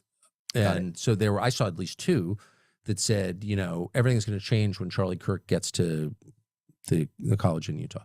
Okay. So those people, I'm not saying they're a part of a conspiracy, but there's evidence that they had foreknowledge. Okay. So that's where you begin. And then I could go on. Like, tell me how this guy who seemed normal became a radical trans furry murderer. It's not enough to tell me, oh, trans. I'm not pro-trans, by the way. But was that the guy or his boyfriend? Well, exactly right. Tell me how this guy became so radicalized that he murdered a stranger. I'm not saying it didn't happen. I'm saying I want an explanation for how it happened. Why wouldn't I? I agree. But why do people like Candace so much? She's an amazing broadcaster, yes, because they sense in her, she might be wrong. Is she lying to me? Not on purpose. They sense the purity of her intent. That's the truth. And I can say, as someone who's dealt with government officials my whole life, I'm not vouching for everything Candace claims. I don't even know a lot of what she claims because I'm working on other stuff, and it makes me sad also. But the point is, do I trust Candace more than I trust your average DOJ official? Are you joking? It's not even close, dude. Yeah.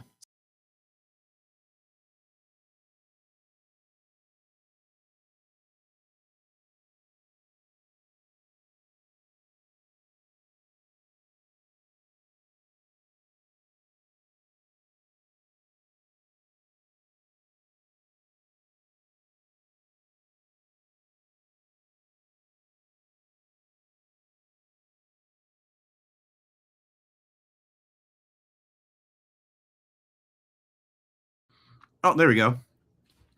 Wasn't Candace supposed to reveal something yesterday? So, yeah, I was on mute at that point. I was talking. Oops. Marion says, wasn't Candace supposed to reveal something yesterday? I can't keep up with all her claims. Start showing proof instead of just yapping about it. Yeah. Kenneth says, justice or just us? Yeah, just them, maybe. John Ziegler, who's been Who was Charlie Kirk? I didn't press play. Stop. John Ziegler, who I've interviewed multiple occasions. He used to do a show in Los Angeles. He says, I used to think that the Rush Limbaugh, Matt Drudge, Sean Hannity cabal that ran the right-wing media was bad. I now realize that situation was great in comparison to the Tucker, Carlson, Candace Owens, Megyn Kelly alliance of lunacy that has taken over online MAGA media.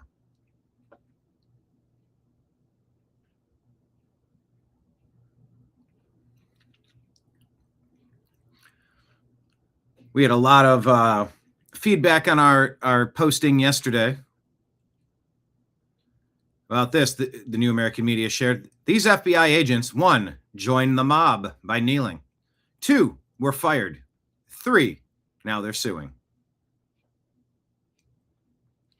Andrew says if they bow to the mob, they obviously would collapse under any other adversary that intimidated or scared them. No guts. Donald Lane said, here's their top lawyer strategizing with the suing FBI agents. It's an infringement on your constitutional rights. It's outrageous, egregious, preposterous. Jackie, was it Jackie Childs? Is that his name? Jackie Childs? On Seinfeld? It's outrageous, it's egregious, it's preposterous. If the glove don't fit, you must acquit. There it is. Michigan fires head coach Sherrone Moore for cause. He spent 2 seasons as head coach following 6 years as a member of the offensive staff. The Unhappy Hour Sports Show. Make sure you're following that on X, please. It says, oh, is that because he lost to OSU? Was that the cause? Because he lost to the Ohio State University? I don't know. Let's pull this up here. Oh, news in the realm of sports. Steelers TJ Watt is at a hospital having a lung evaluated. Oh, lung injury during treatment. What? How do you do that? Not a lot of info there. Okay. Former Michigan football coach Sherrone Moore, this is according to Pete Thamel and Dan Wetzel of ESPN. Am I sharing this screen? No, I'm not.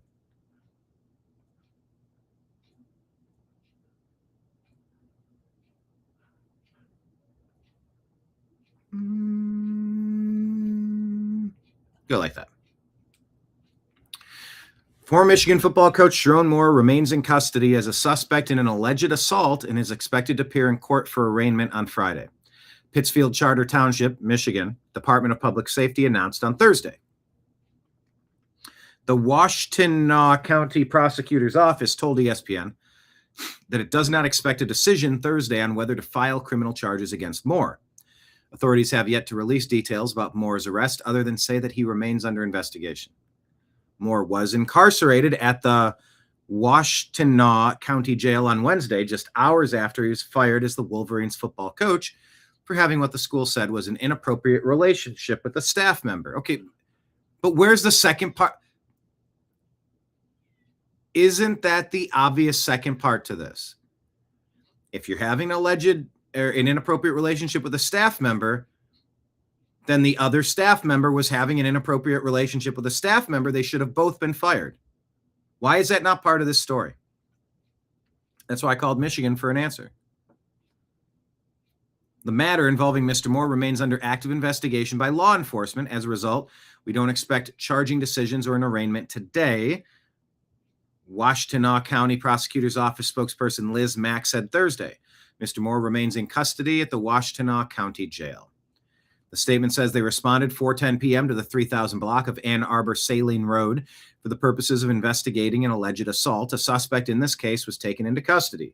This incident does not appear to be random in nature, and there appears to be no ongoing threat to the community. Moore was initially detained by police in Saline, Michigan on Wednesday and turned over to authorities in Pittsfield Township for investigation into potential charges. Well, are you going to tell us that he held a knife up to his throat? He threatened to end himself. Like, come on, ESPN. This is awful writing. The school says in a statement, U of M head football coach Sherrone Moore terminated with cause, effective immediately. Engaged in an inappropriate relationship with a staff member. Why are they not announcing that both staff members have been fired for cause for inappropriate relationships with each other? I'm guessing that the lady has not been fired. And that is anti-male sexism at its worst. If that's the case. I've called Michigan. I'm waiting for a response. University initially investigated Moore this fall after receiving a tip about the situation, but did not find credible evidence of wrongdoing. More info came forward Wednesday that the source said was overwhelming. 39 years old, he spent 2 seasons as Michigan's coach after serving as the team's offensive coordinator. All right, that's the best ESPN could tell me. That's the best, really?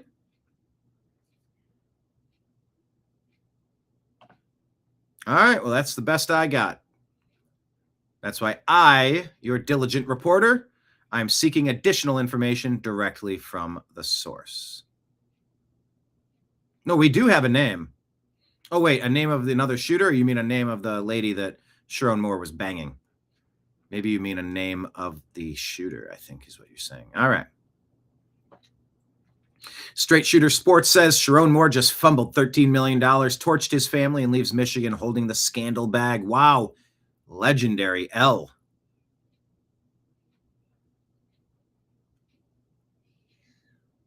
This accusation is that Sherrone Moore cheated on his wife and got a staff member pregnant 2 weeks before Christmas with 3 kids at home as well. What a clown. And he has Christ follower in his bio. This is his wife. He was fired from Michigan for inappropriate relationships. So there's a lot of unconfirmed things floating around now.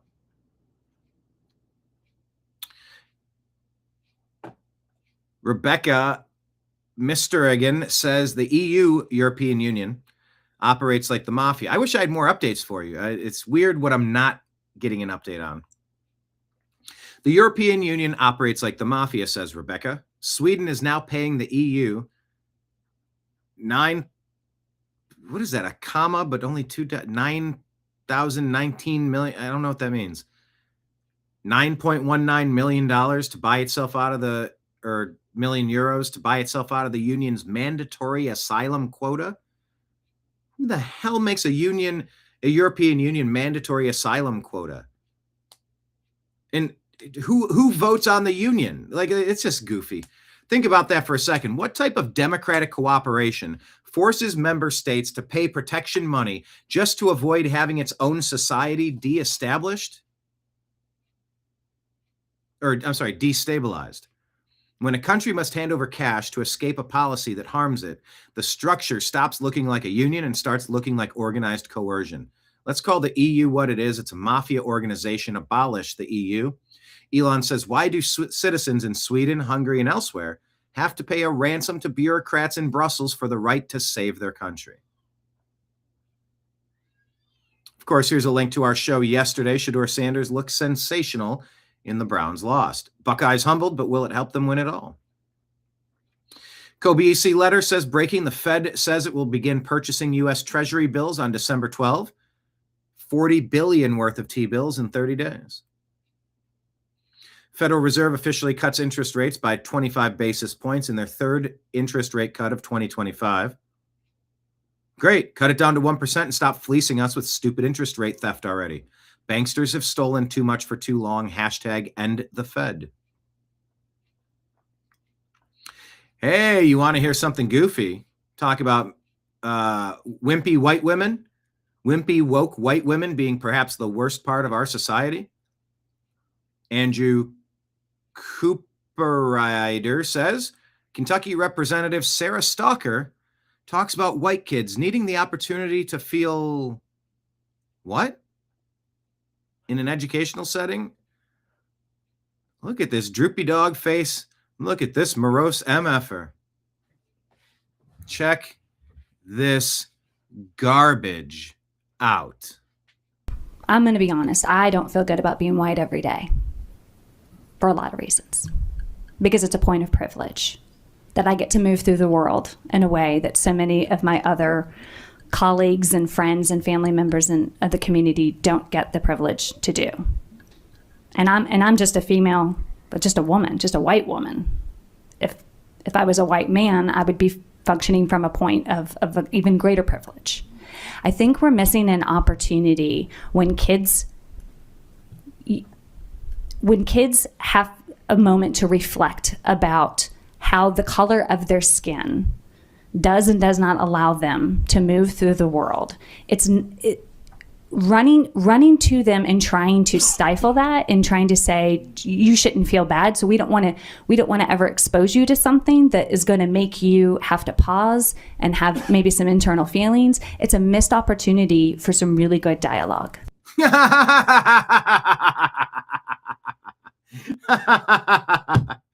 It's a missed opportunity for some really good dialogue.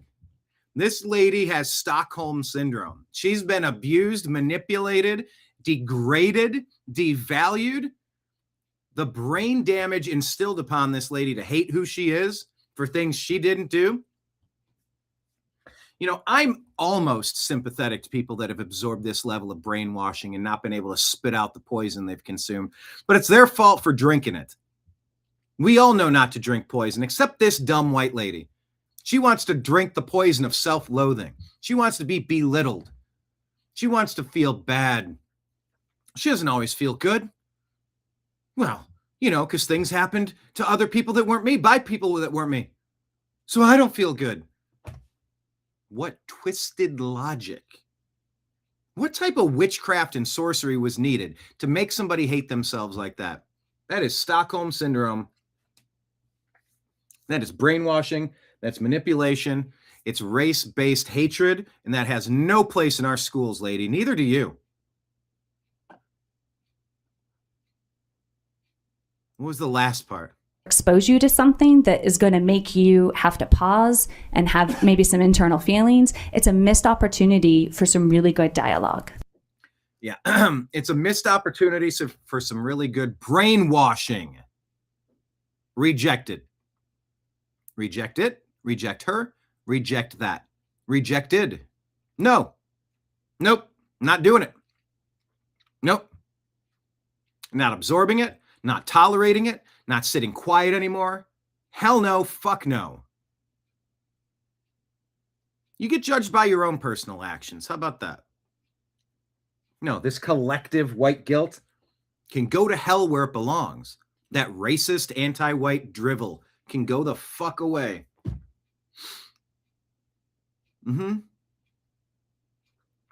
Wow. And this is in Kentucky. Imagine how bad it is in the other blue cities, in the blue states.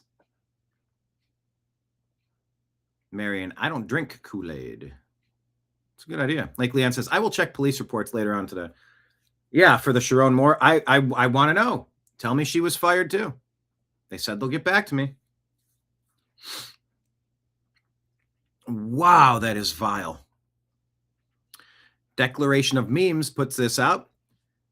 It's a picture of a lady. It says, we are witnessing the greatest act of cuckoldry in human history.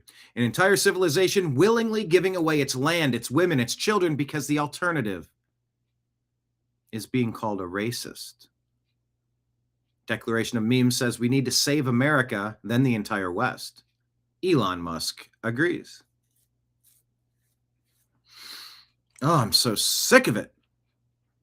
Reminder, please check out the TNAM Daily Show, as it is right here. Trump mounts offensive against the deep state appointment traps. And KBJ shills for deep state from the Supreme Court. That's yesterday's link to our Rumble feed of the TNAM Daily Show.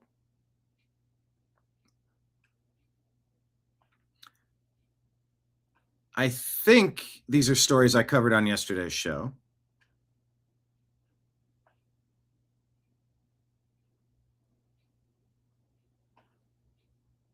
Did I cover all? Yeah, I did cover these. All right. So that's where we'll stop our X feed for today. I'll stop sharing that. Double check notifications here. Quick reminder that we are on Patreon for monthly subscriptions, as well as YouTube and Rumble. YouTube and Rumble also allow Rumble rants and super chats if you want to throw anything into our tip jar. All scrolling at the bottom of the screen, we also have Venmo, Cash App, and PayPal that don't really take fees out if we're friends, which we are. And if you want to donate that way, it keeps the show moving. It helps pay the bills and keep the lights on. Thank you so much for all who have contributed and all who will contribute. Let me pull up. Let's do a refresh over here on Instagram. How many IG stories do we have to share with you today? We have a few. I found this very interesting. Let's go to Instagram. This is USP 51 pilot who explains why you don't shoot at a parachuting soldier in a war. There was an unspoken rule of honor. Never shoot at airmen descending by parachute. Once a pilot bails out, they were no longer considered a combatant, but a helpless target. Many regarded firing on them as a form of execution rather than warfare, and such actions were widely condemned within the Allied forces. So this is an interview with one of those pilots explaining how the process went. Normally, nobody, including the Germans, would be shoot anybody in a parachute. It just wasn't done. I mean, there's no challenge with shooting a guy in a parachute, for God's sake. He is, I mean, he's had it. You can't miss. And here I came across this 109, and the sky was full of bomber chutes. Flak had gotten them, and this was target area. And this bitch was going from parachute to parachute, shooting up guys in parachutes. Oh, I got just, I mean, this was too much as far as I was concerned. Even people in war have lines that they're not going to cross. And I didn't want to blow him up. No, he's not just going to shoot the guy down. No. I wanted him to bail. Jettison, hit the button and shoot out from that plane. Bail on your plane. So I was pecking away at him. Just hit him. Shot. Pecking away. And I'd get strikes on him. And he knew I was there, and he knew I was getting strikes. He's well aware. And he knows what's happening. He finally pulled the can. Pulled the can, launch out. Ejected from the plane. I said, you've met your maker, Buster. I love the old-timey vernacular. And I said, oh, you've met your maker, Buster. And I damn near emptied my guns on this guy. He was mincemeat by the time I got through with him. And he was in a chute. And of course, other guys who weren't there were nervous about me shooting a guy in a chute. But they had to be there to know what I was seeing with this guy going, these guys are helpless of a bomber cruise going down. And I just tore him up. With 800 rounds a minute, you can do a lot of damage with 50 caliber shells from 6 guns. So that was the end of that.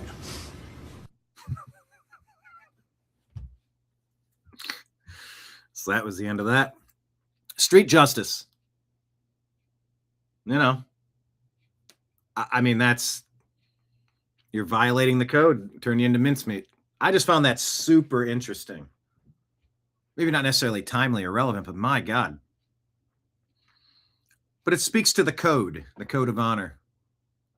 And that stuff does still matter. Eric. Who is this?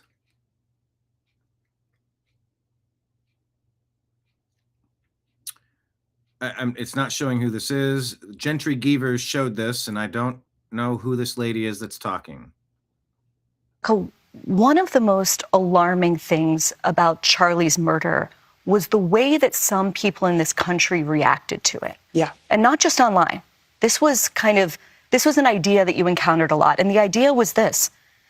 They kind of justified it. They basically said that because Charlie said or believed things that they believed were controversial or even hateful, that he somehow had it coming. What do you say to people who justified his death? You're sick. He's a human being. You think he deserved that? Tell that to my 3-year-old daughter.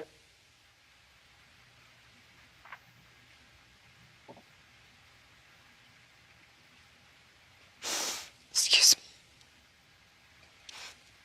You want to watch in high res the video of my husband being murdered and laugh and say he deserves it? There's something very sick in your soul, and I pray that God saves you. I pray, because that is what is so wrong. The internet in this world has dehumanized us. Erica. Oh, we've been dehumanized, desensitized, 100% accurate.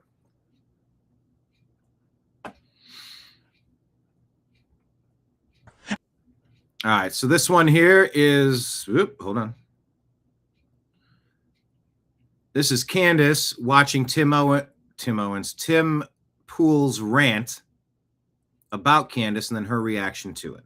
As you power, scared that she'll put you on her thumbnail and claim you benefited from Charlie Kirk's assassination, which he's doing to me right now. Yeah, that was the... I'm done with these people. She has security, just not on the level of you.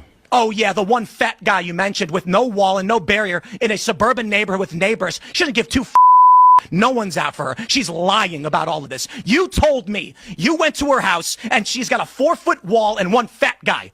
And she doesn't give a about her security. Meanwhile, I get bullets fired at my property and I have to go live in the middle of nowhere. And I got strangers coming up to my house in Maryland, breaking in. I got people showing up and beating up the residents who try to live there. How the am I even supposed to sell this property?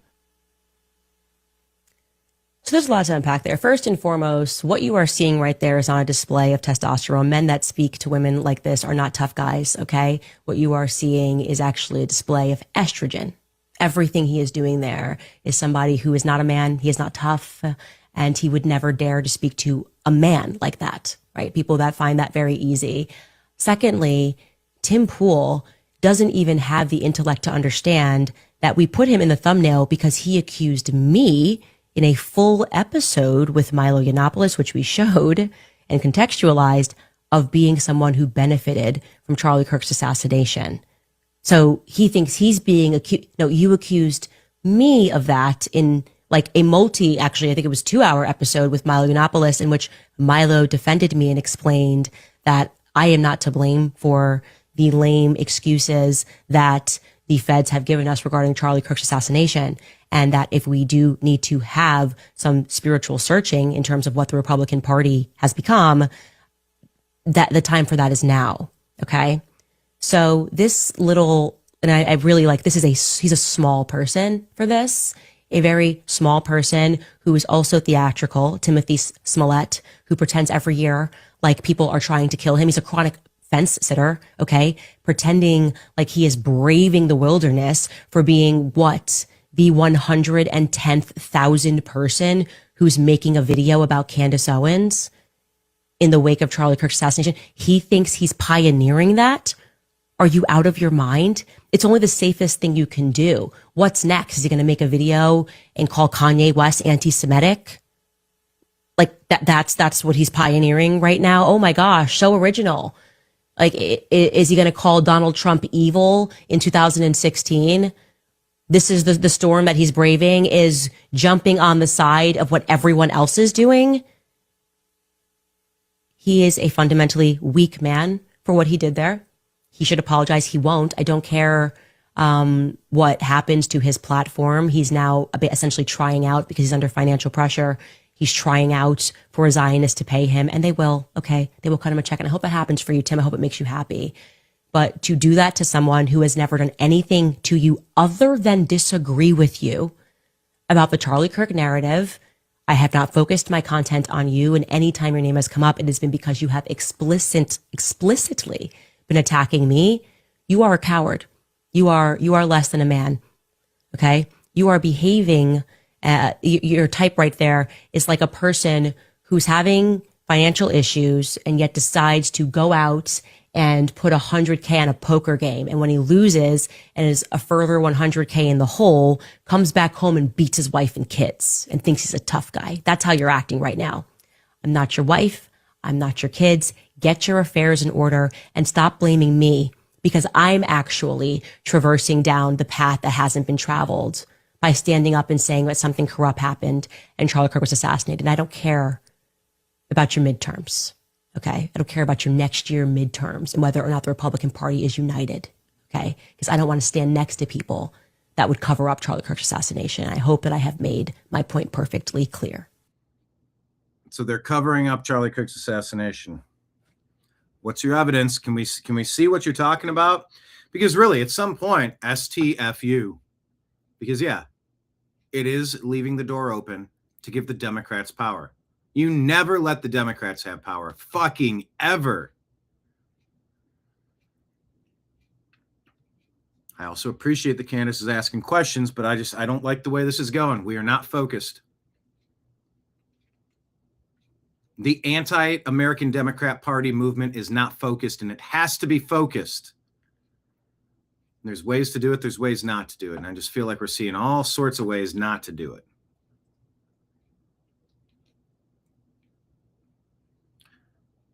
Here's Elon talking about President Trump. Who's the funniest person you know in real life? You know, President Trump is very funny. He's got a great sense of humor. President Trump is very funny. He's very funny. He's like naturally funny, but it's like somewhat effortless. I mean, you know, when he had Mamdani in the office, and they asked him if he still thought the president was a fascist, and the president said, "Just say yes. It's easier that way." Don't worry about it. Just say yes. That was awesome. He's like, yes.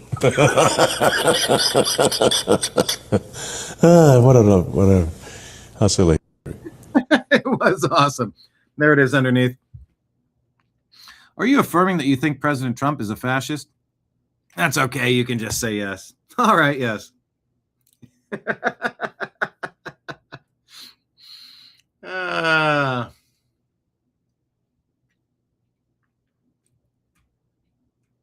That's funny.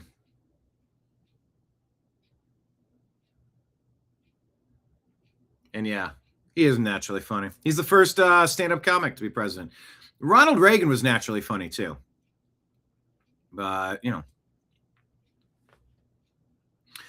All right. Project Constitution says Candace Owens ended Erica Kirk on live podcast. Here, what's the clip? Now, I wasn't sure about Erica. I was waiting, kind of a situation for her to be in, obviously, having lost her husband, becoming the CEO and the chairman of a company. It's just a lot of transition, and it's nice to wait for more information before you prejudge or just assume, make an assumption about somebody, and it maybe is not based in reality.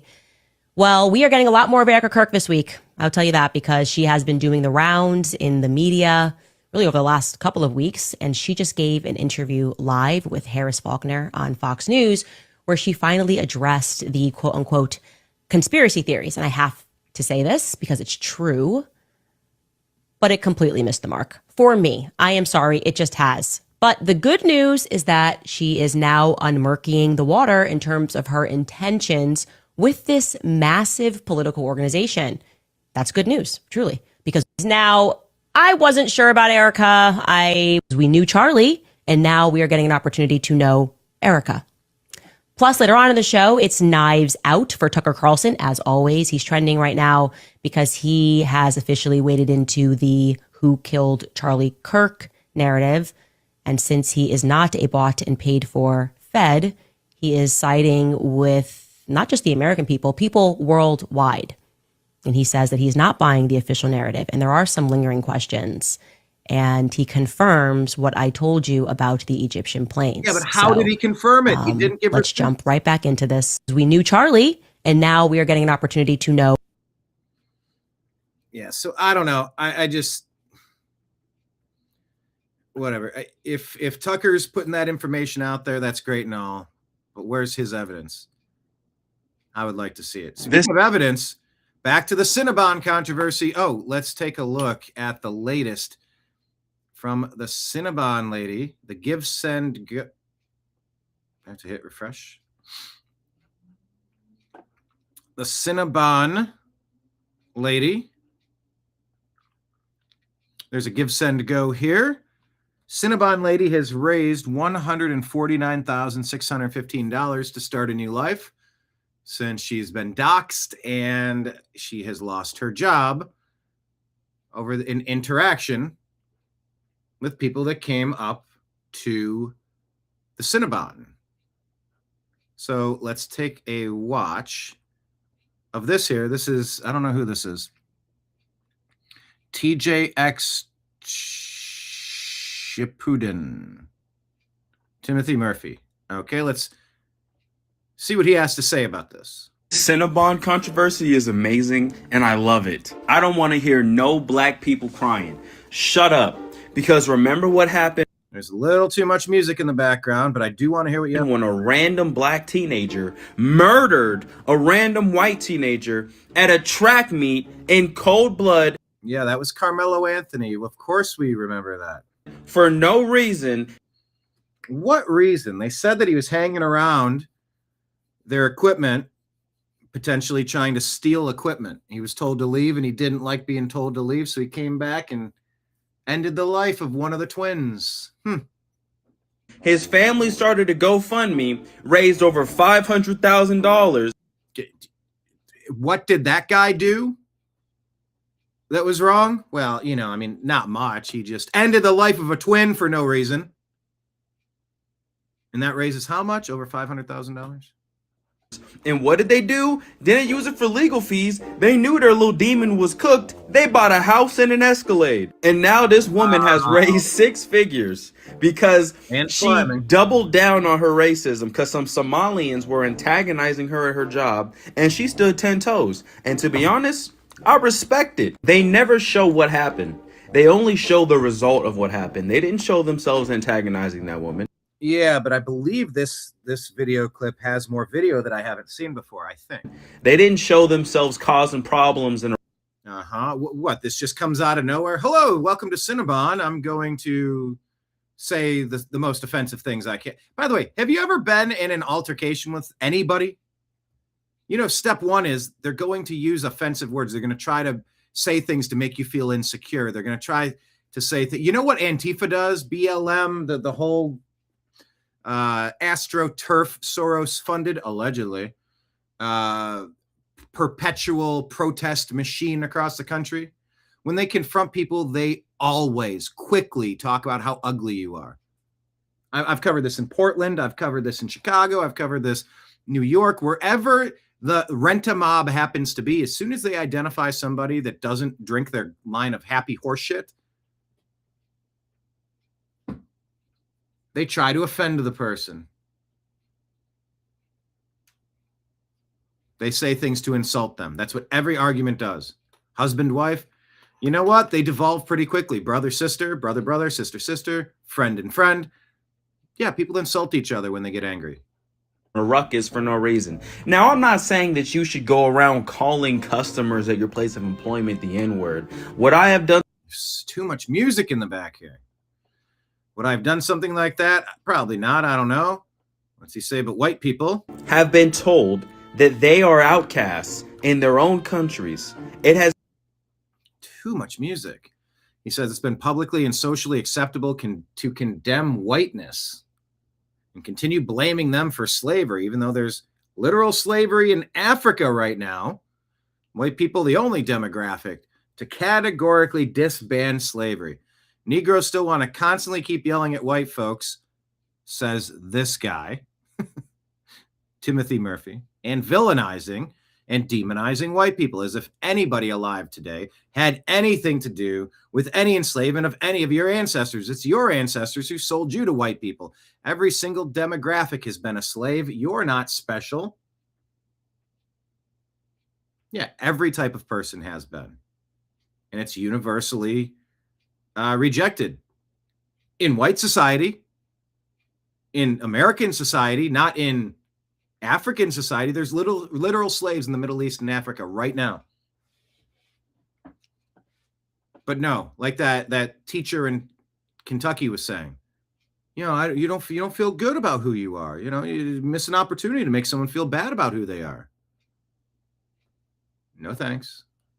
You're not reparations. No reparations. And I am so glad that this lady is now in a wonderful financial position and she can just move on. You think she cares about her Cinnabon job? She just got 6 figures. She's about to be chilling. Hopefully she makes smart investments. Call me an accelerationist, but I think this is great, he says. I think this is great. You're going to keep poking the bear and telling white people they're evil and telling them that they got issues and they're racist and they need to apologize to you. Well, guess what? Enough of that. And there's going to be white people that say, you know what? Matter of fact, I wasn't racist, but I'm going to be now. I'm going to be racist now. I don't care. And I'm going to say it to your face. And it was the Somalian invaders anyways. I don't want any of them in our country, period, he says. Categorically, get them the freak out. W. White Lady, L. Somalians. Now, this isn't the one I thought it was. By the way, clipping this out of context shows me saying all these things. It's this guy saying it. But there was a video that I shared that had additional footage from behind the 2 people that were filming. I want to see this. I thought it was in this clip. Oh, it says here, funny part is that the woman was a liberal. Maybe not anymore. Shira, the word racist is so played out. Just One Artist says, I'm black, and y'all know what? Good for her. Stop messing with people and leave them alone, or you'll have your feelings hurt. It's simple as that. Parson, good for her. We're over it.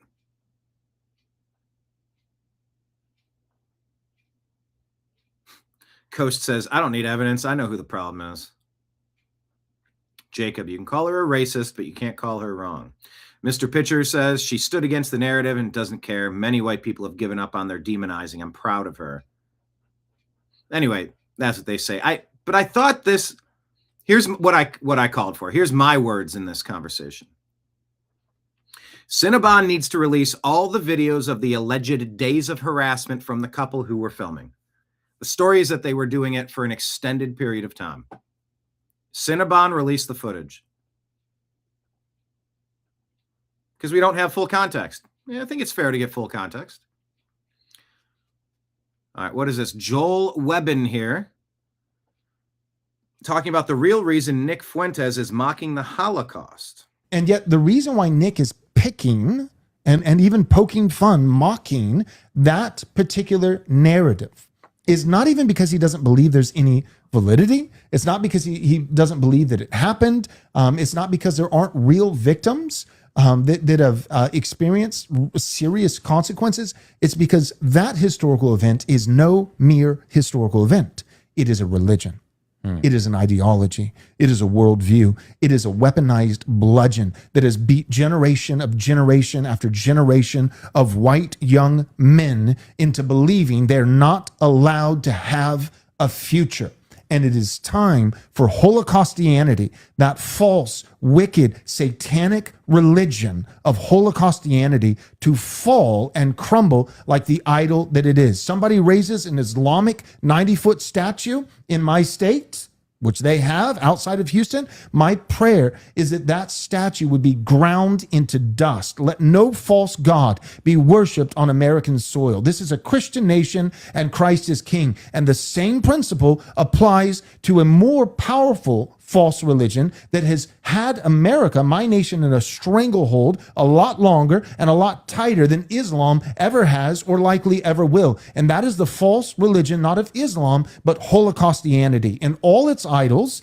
I've never heard that phrase, Holocaustianity. A weaponized bludgeon that has beat generation after generation of white men into believing they're not allowed to have a future. And all its high priests and all of its altars and all of its sacraments must be ground into dust. And if that requires some young men to use language that makes you feel a little icky, God bless it. And yet the reason why Nick is picking... I mean, the scabs are getting picked. Like there's uncomfortable conversations happening everywhere you look today. So do you agree or disagree with this guy, Joel Webbin? I don't know him. But do you agree or disagree with his interpretation of how things are going?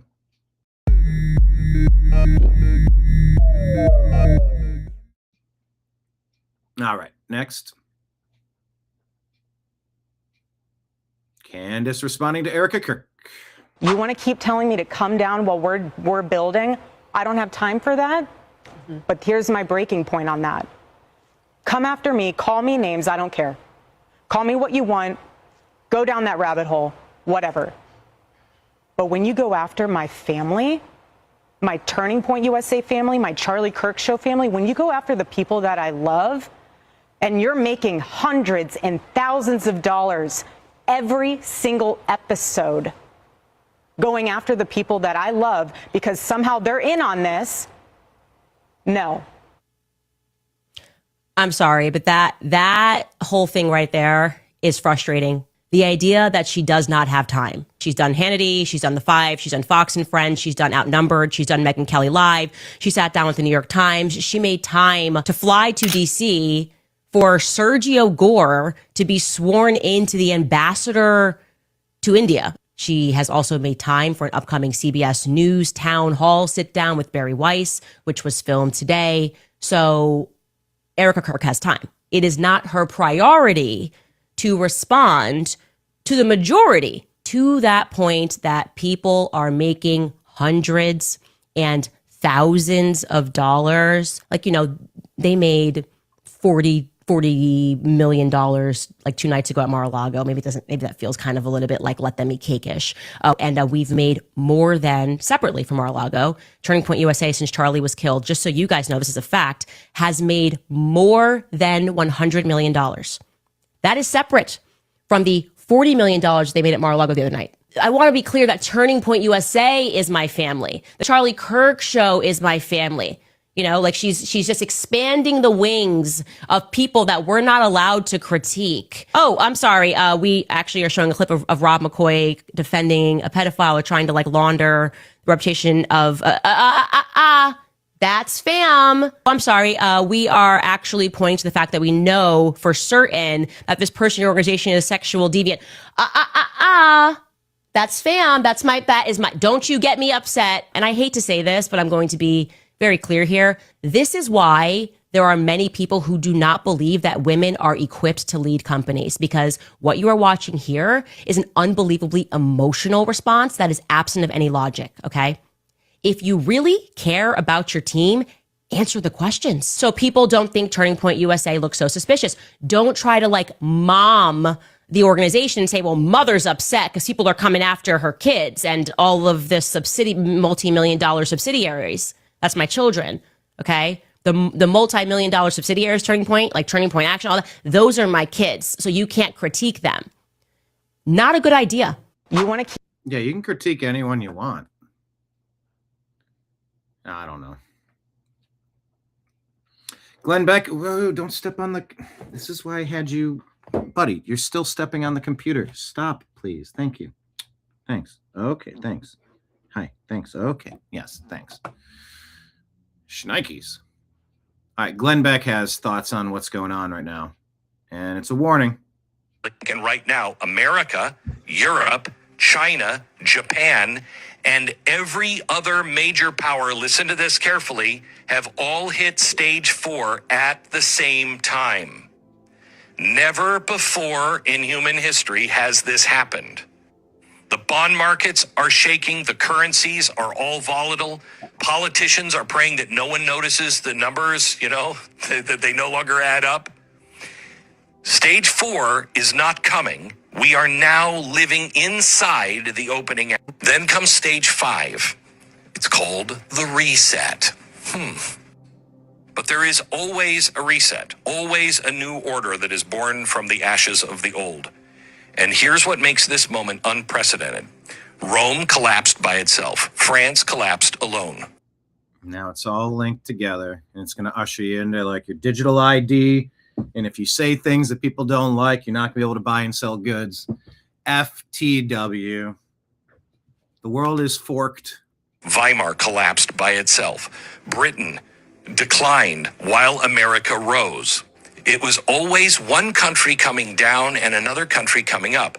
This time, all countries on both sides, the free world and the not so free world, there's no one rising. China is drowning in its local government debt. It's never going to say this, but it's a paper tiger. Europe is fractured and coming apart at the seams. Japan, demographic time bomb. America is politically frozen and insolvent fiscally.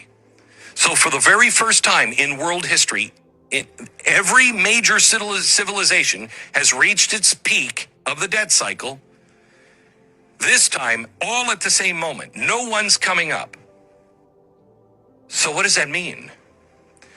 Well, for the very first time in human history, it means when it arrives, it's not going to be regional. It will be global. It's not going to be slow. It'll be systemic. It'll be everywhere. And so that's Glenn Beck, in case you were unaware, but he's talking about something that he is observing. And he's, I think he's spot on with what he's talking about here. But as a disclaimer, Glenn Beck is a Mormon. He believes that Jesus was created and that Jesus and Lucifer are brothers. And so that is something to consider when you listen to him. But with that in mind, I want you to recognize that what he is saying has a lot of truth to it. And so that's why I decided to play that clip for you, because he's saying that in the past, all nations have the nation has come down when another nation was rising. And so what is different about our time is that all nations have reached the debt ceiling and it's going to collapse altogether. And so if you go and watch that clip, he'll say that it is unknown as to what the pattern has been before, because the pattern has been before where just another power arose. But now, since the entire world is involved in this, that makes this different. And right now, America, Europe. All right. Be prepared. Here's Anthony Frisella. I think that's this guy's name. That's fucking insane, bro. Yeah. You have zero policies at all, he says, that are attractive to people to voluntarily vote for. I think he's talking to the Democrats. So your answer to that is to not have better policies, but it's to instead import people from other countries, fly them around into strategic locations so that they will vote in elections that you've been losing. And the reason they will vote for you is because you're giving them priority over American citizens. That's their answer to not having any real policy, the Democrats. That's effing insane, bro. You have zero policies at all that are attractive to people to voluntarily vote for. Retire every Democrat button.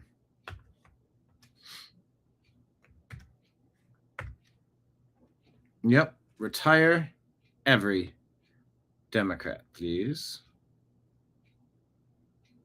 Retire them all. Retire them. Too much music in this one. Roman Helmet Guy says, I don't get why the Spartans didn't just let the Persians into Sparta. Think how strong Sparta would have been if it was 1 million Persians. Think of the GDP. Yeah, that's how dumb the Democrats and the rhinos sound. Yeah, just let all the illegal alien invaders in, conquer the country, because just think of the GDP. No, I'm not thinking about the GDP. Andrew Tate says, in England, you pay 50% in taxes so they can feed people who stab you to death.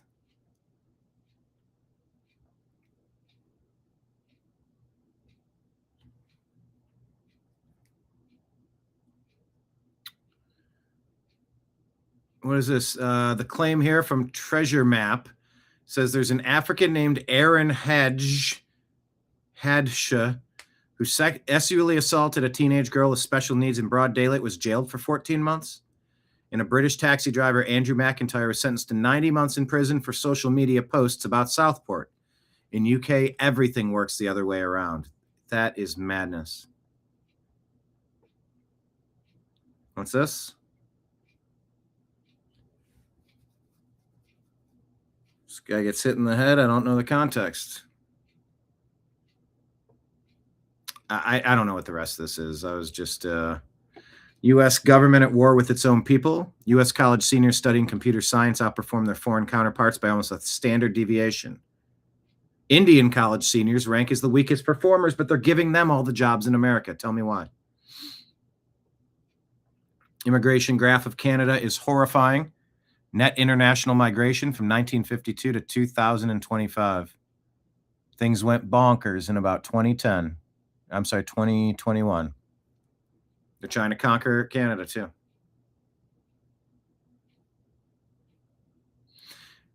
Roman helmet guy says, then the poor, deprived of their land, were no longer eager for military service and had few children, so that soon all Italy was bereft of free men and filled with gangs of foreign slaves, through whom the rich cultivated their estates, having driven away the free citizens. Does that sound like it? Things are happening today? Similar to the way things are falling in place today? Perhaps.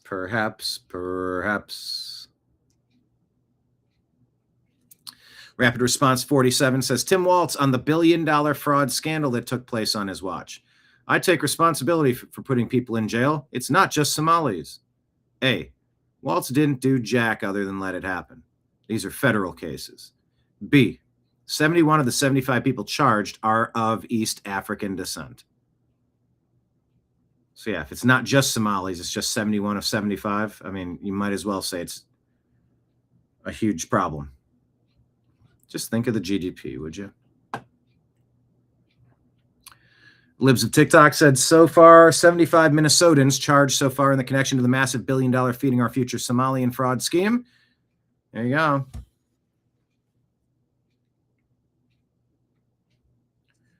Interesting experiment, says Sons of Lepanto. Drop third worlders into a safe, prosperous country that's unusually tolerant. Provide free housing, education, and generous welfare benefits so they experience zero want. What's the result? Rape, murder, muggings, terrorism, thieving, scamming, etc. You know, the same things they do in Somalia, hence it being a dump. Dumbest experiment in European history, but repeated in every country with the same results against the will of the native population tasked with paying for it all. Hunter Ash says 62% of Somali men in Denmark are convicted of a violent crime by the age of 30. Not entirely certain if that's true, but I've heard that. Why would any country import such a population? Kevin Sorbo, a king doesn't sound so bad. Well, something's got to give. All right, rapid fire round here. Miss Muckraker says Representative Thomas Massey has introduced legislation to end America's membership in NATO.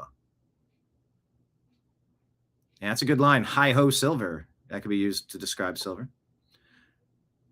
Representative Jasmine Crockett proposes no taxes for black people. Okay, racist. Buck Sexton says about 60% of black households already pay zero federal income tax. Wide Awake Media reports, this is Dr. John Campbell saying, according to a recent Italian study, people who received at least one dose of the injection are 34% more likely to get a lot of things and 54% other bad things. Can't report on that stuff here because YouTube is totalitarian and they want me to tell you that you need to, where's it at? I need to put it on the screen. Go find countervailing views on health and elections. Go to cdc.gov, who.int, and cisa.gov/rumor control. Nicholas Holscher says 2 landmark studies. Well, increasing your risk of 7 major cancers. Okay. Well, beware.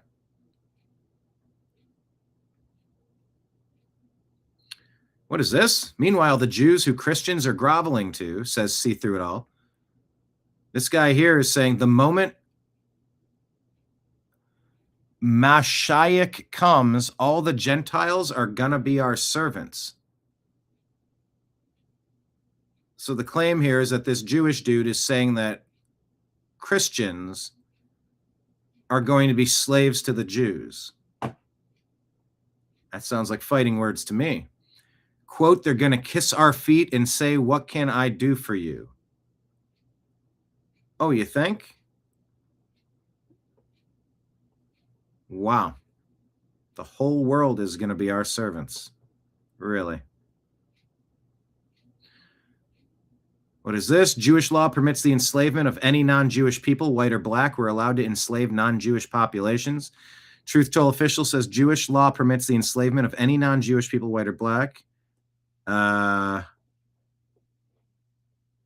What?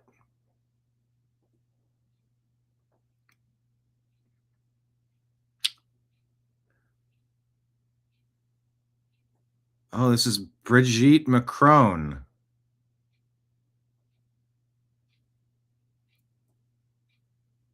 Slowly destroying Candace Owens in court. Me and the Macrons don't agree on Israel, and I've been very vocal in my disappointment.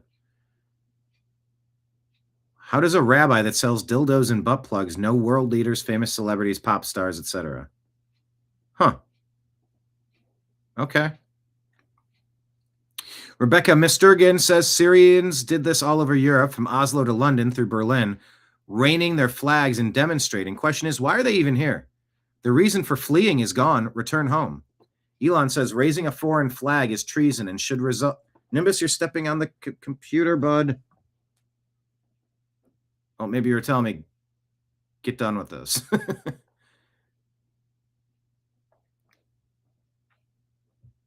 This is a lot of stories, though, and I do need to get my second show set up. Raising a foreign flag is treason and should result in immediate deportation. Evan Kilgore says, I agree. Deport Randy Fine. He's got an Israeli flag behind him instead of an American flag. Israelis celebrated crushing a U.S. peace advocate under an IDF bulldozer by throwing a pancake party to mock how she was flattened. Is that real? Imagine crush a human being with a bulldozer, then host a pancake party to joke about it. This is the real face of a most moral army. Huh.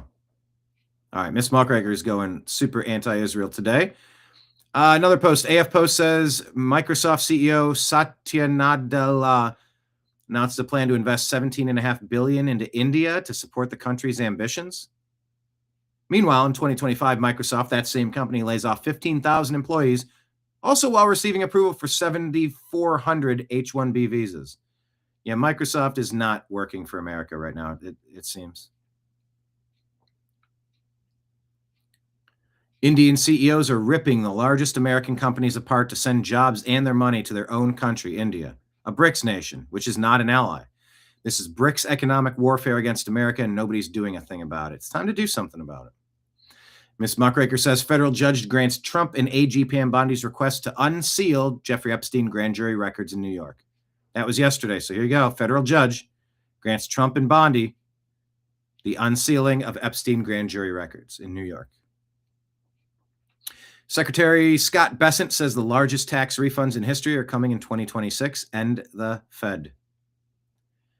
Trump policies to come in 2026. No tax on tips, no tax on overtime, Social Security deduction, no tax on American-made car loan interest, green new scam regulations cut, lowering cost of cars by $1,000 to $2,000, and child tax credit expansion to $2,200, indexed to inflation. Breaking, the CIA reportedly pays individuals to spy for them, and if they ever try to stop, they blackmail them, according to former CIA Director John Brennan. Wiz, the Tinder for Kids app exposes kids to predators and Congress must act. All right.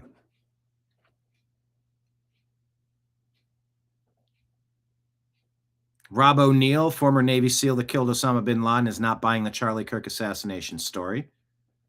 You can watch that on our feed. Michael Carbonara says Tampon Tim Waltz losing $1 billion was bad, but Gavin Newscomb turned it into a competition. He blew $24 billion on homelessness and somehow increased homelessness. When a reporter asks where the money went, he dodges like always.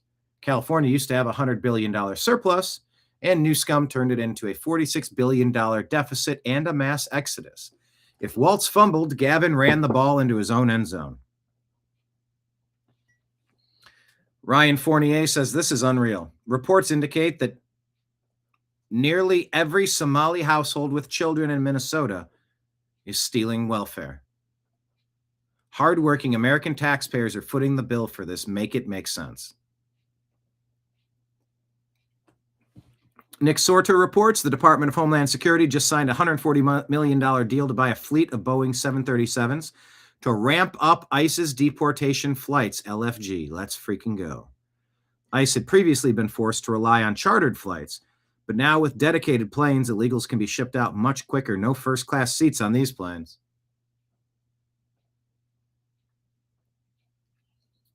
Elon says we dodged a real bullet if Trump had lost. Trump had lost, there would never have been another real election again, because Trump is actually enforcing the border. If you have open borders and you provide a ton of government handouts, which creates a massive financial incentive for people from other countries to come to your country, and you don't prosecute them for crime, they're going to be beholden to you, and they will vote for you. And that's why Obama and Hillary went from being against open borders to being in favor of open borders. It is a winning strategy. If they are allowed to get away with it, they will import enough voters to get supermajority voting, and then there is no turning back. We talked about this before the election, and then Yes. you literally pointed towards the camera, you faced the camera and said that if you do not vote now, you might not ever be able to do it again because Right. it'll be futile. It'll be overrun.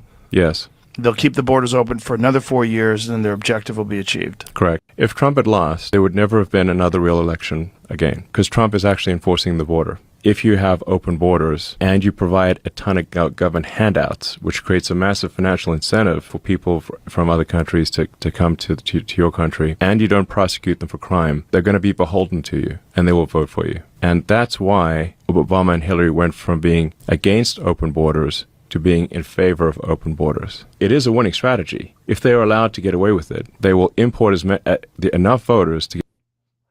All right, that looped over into a repeat.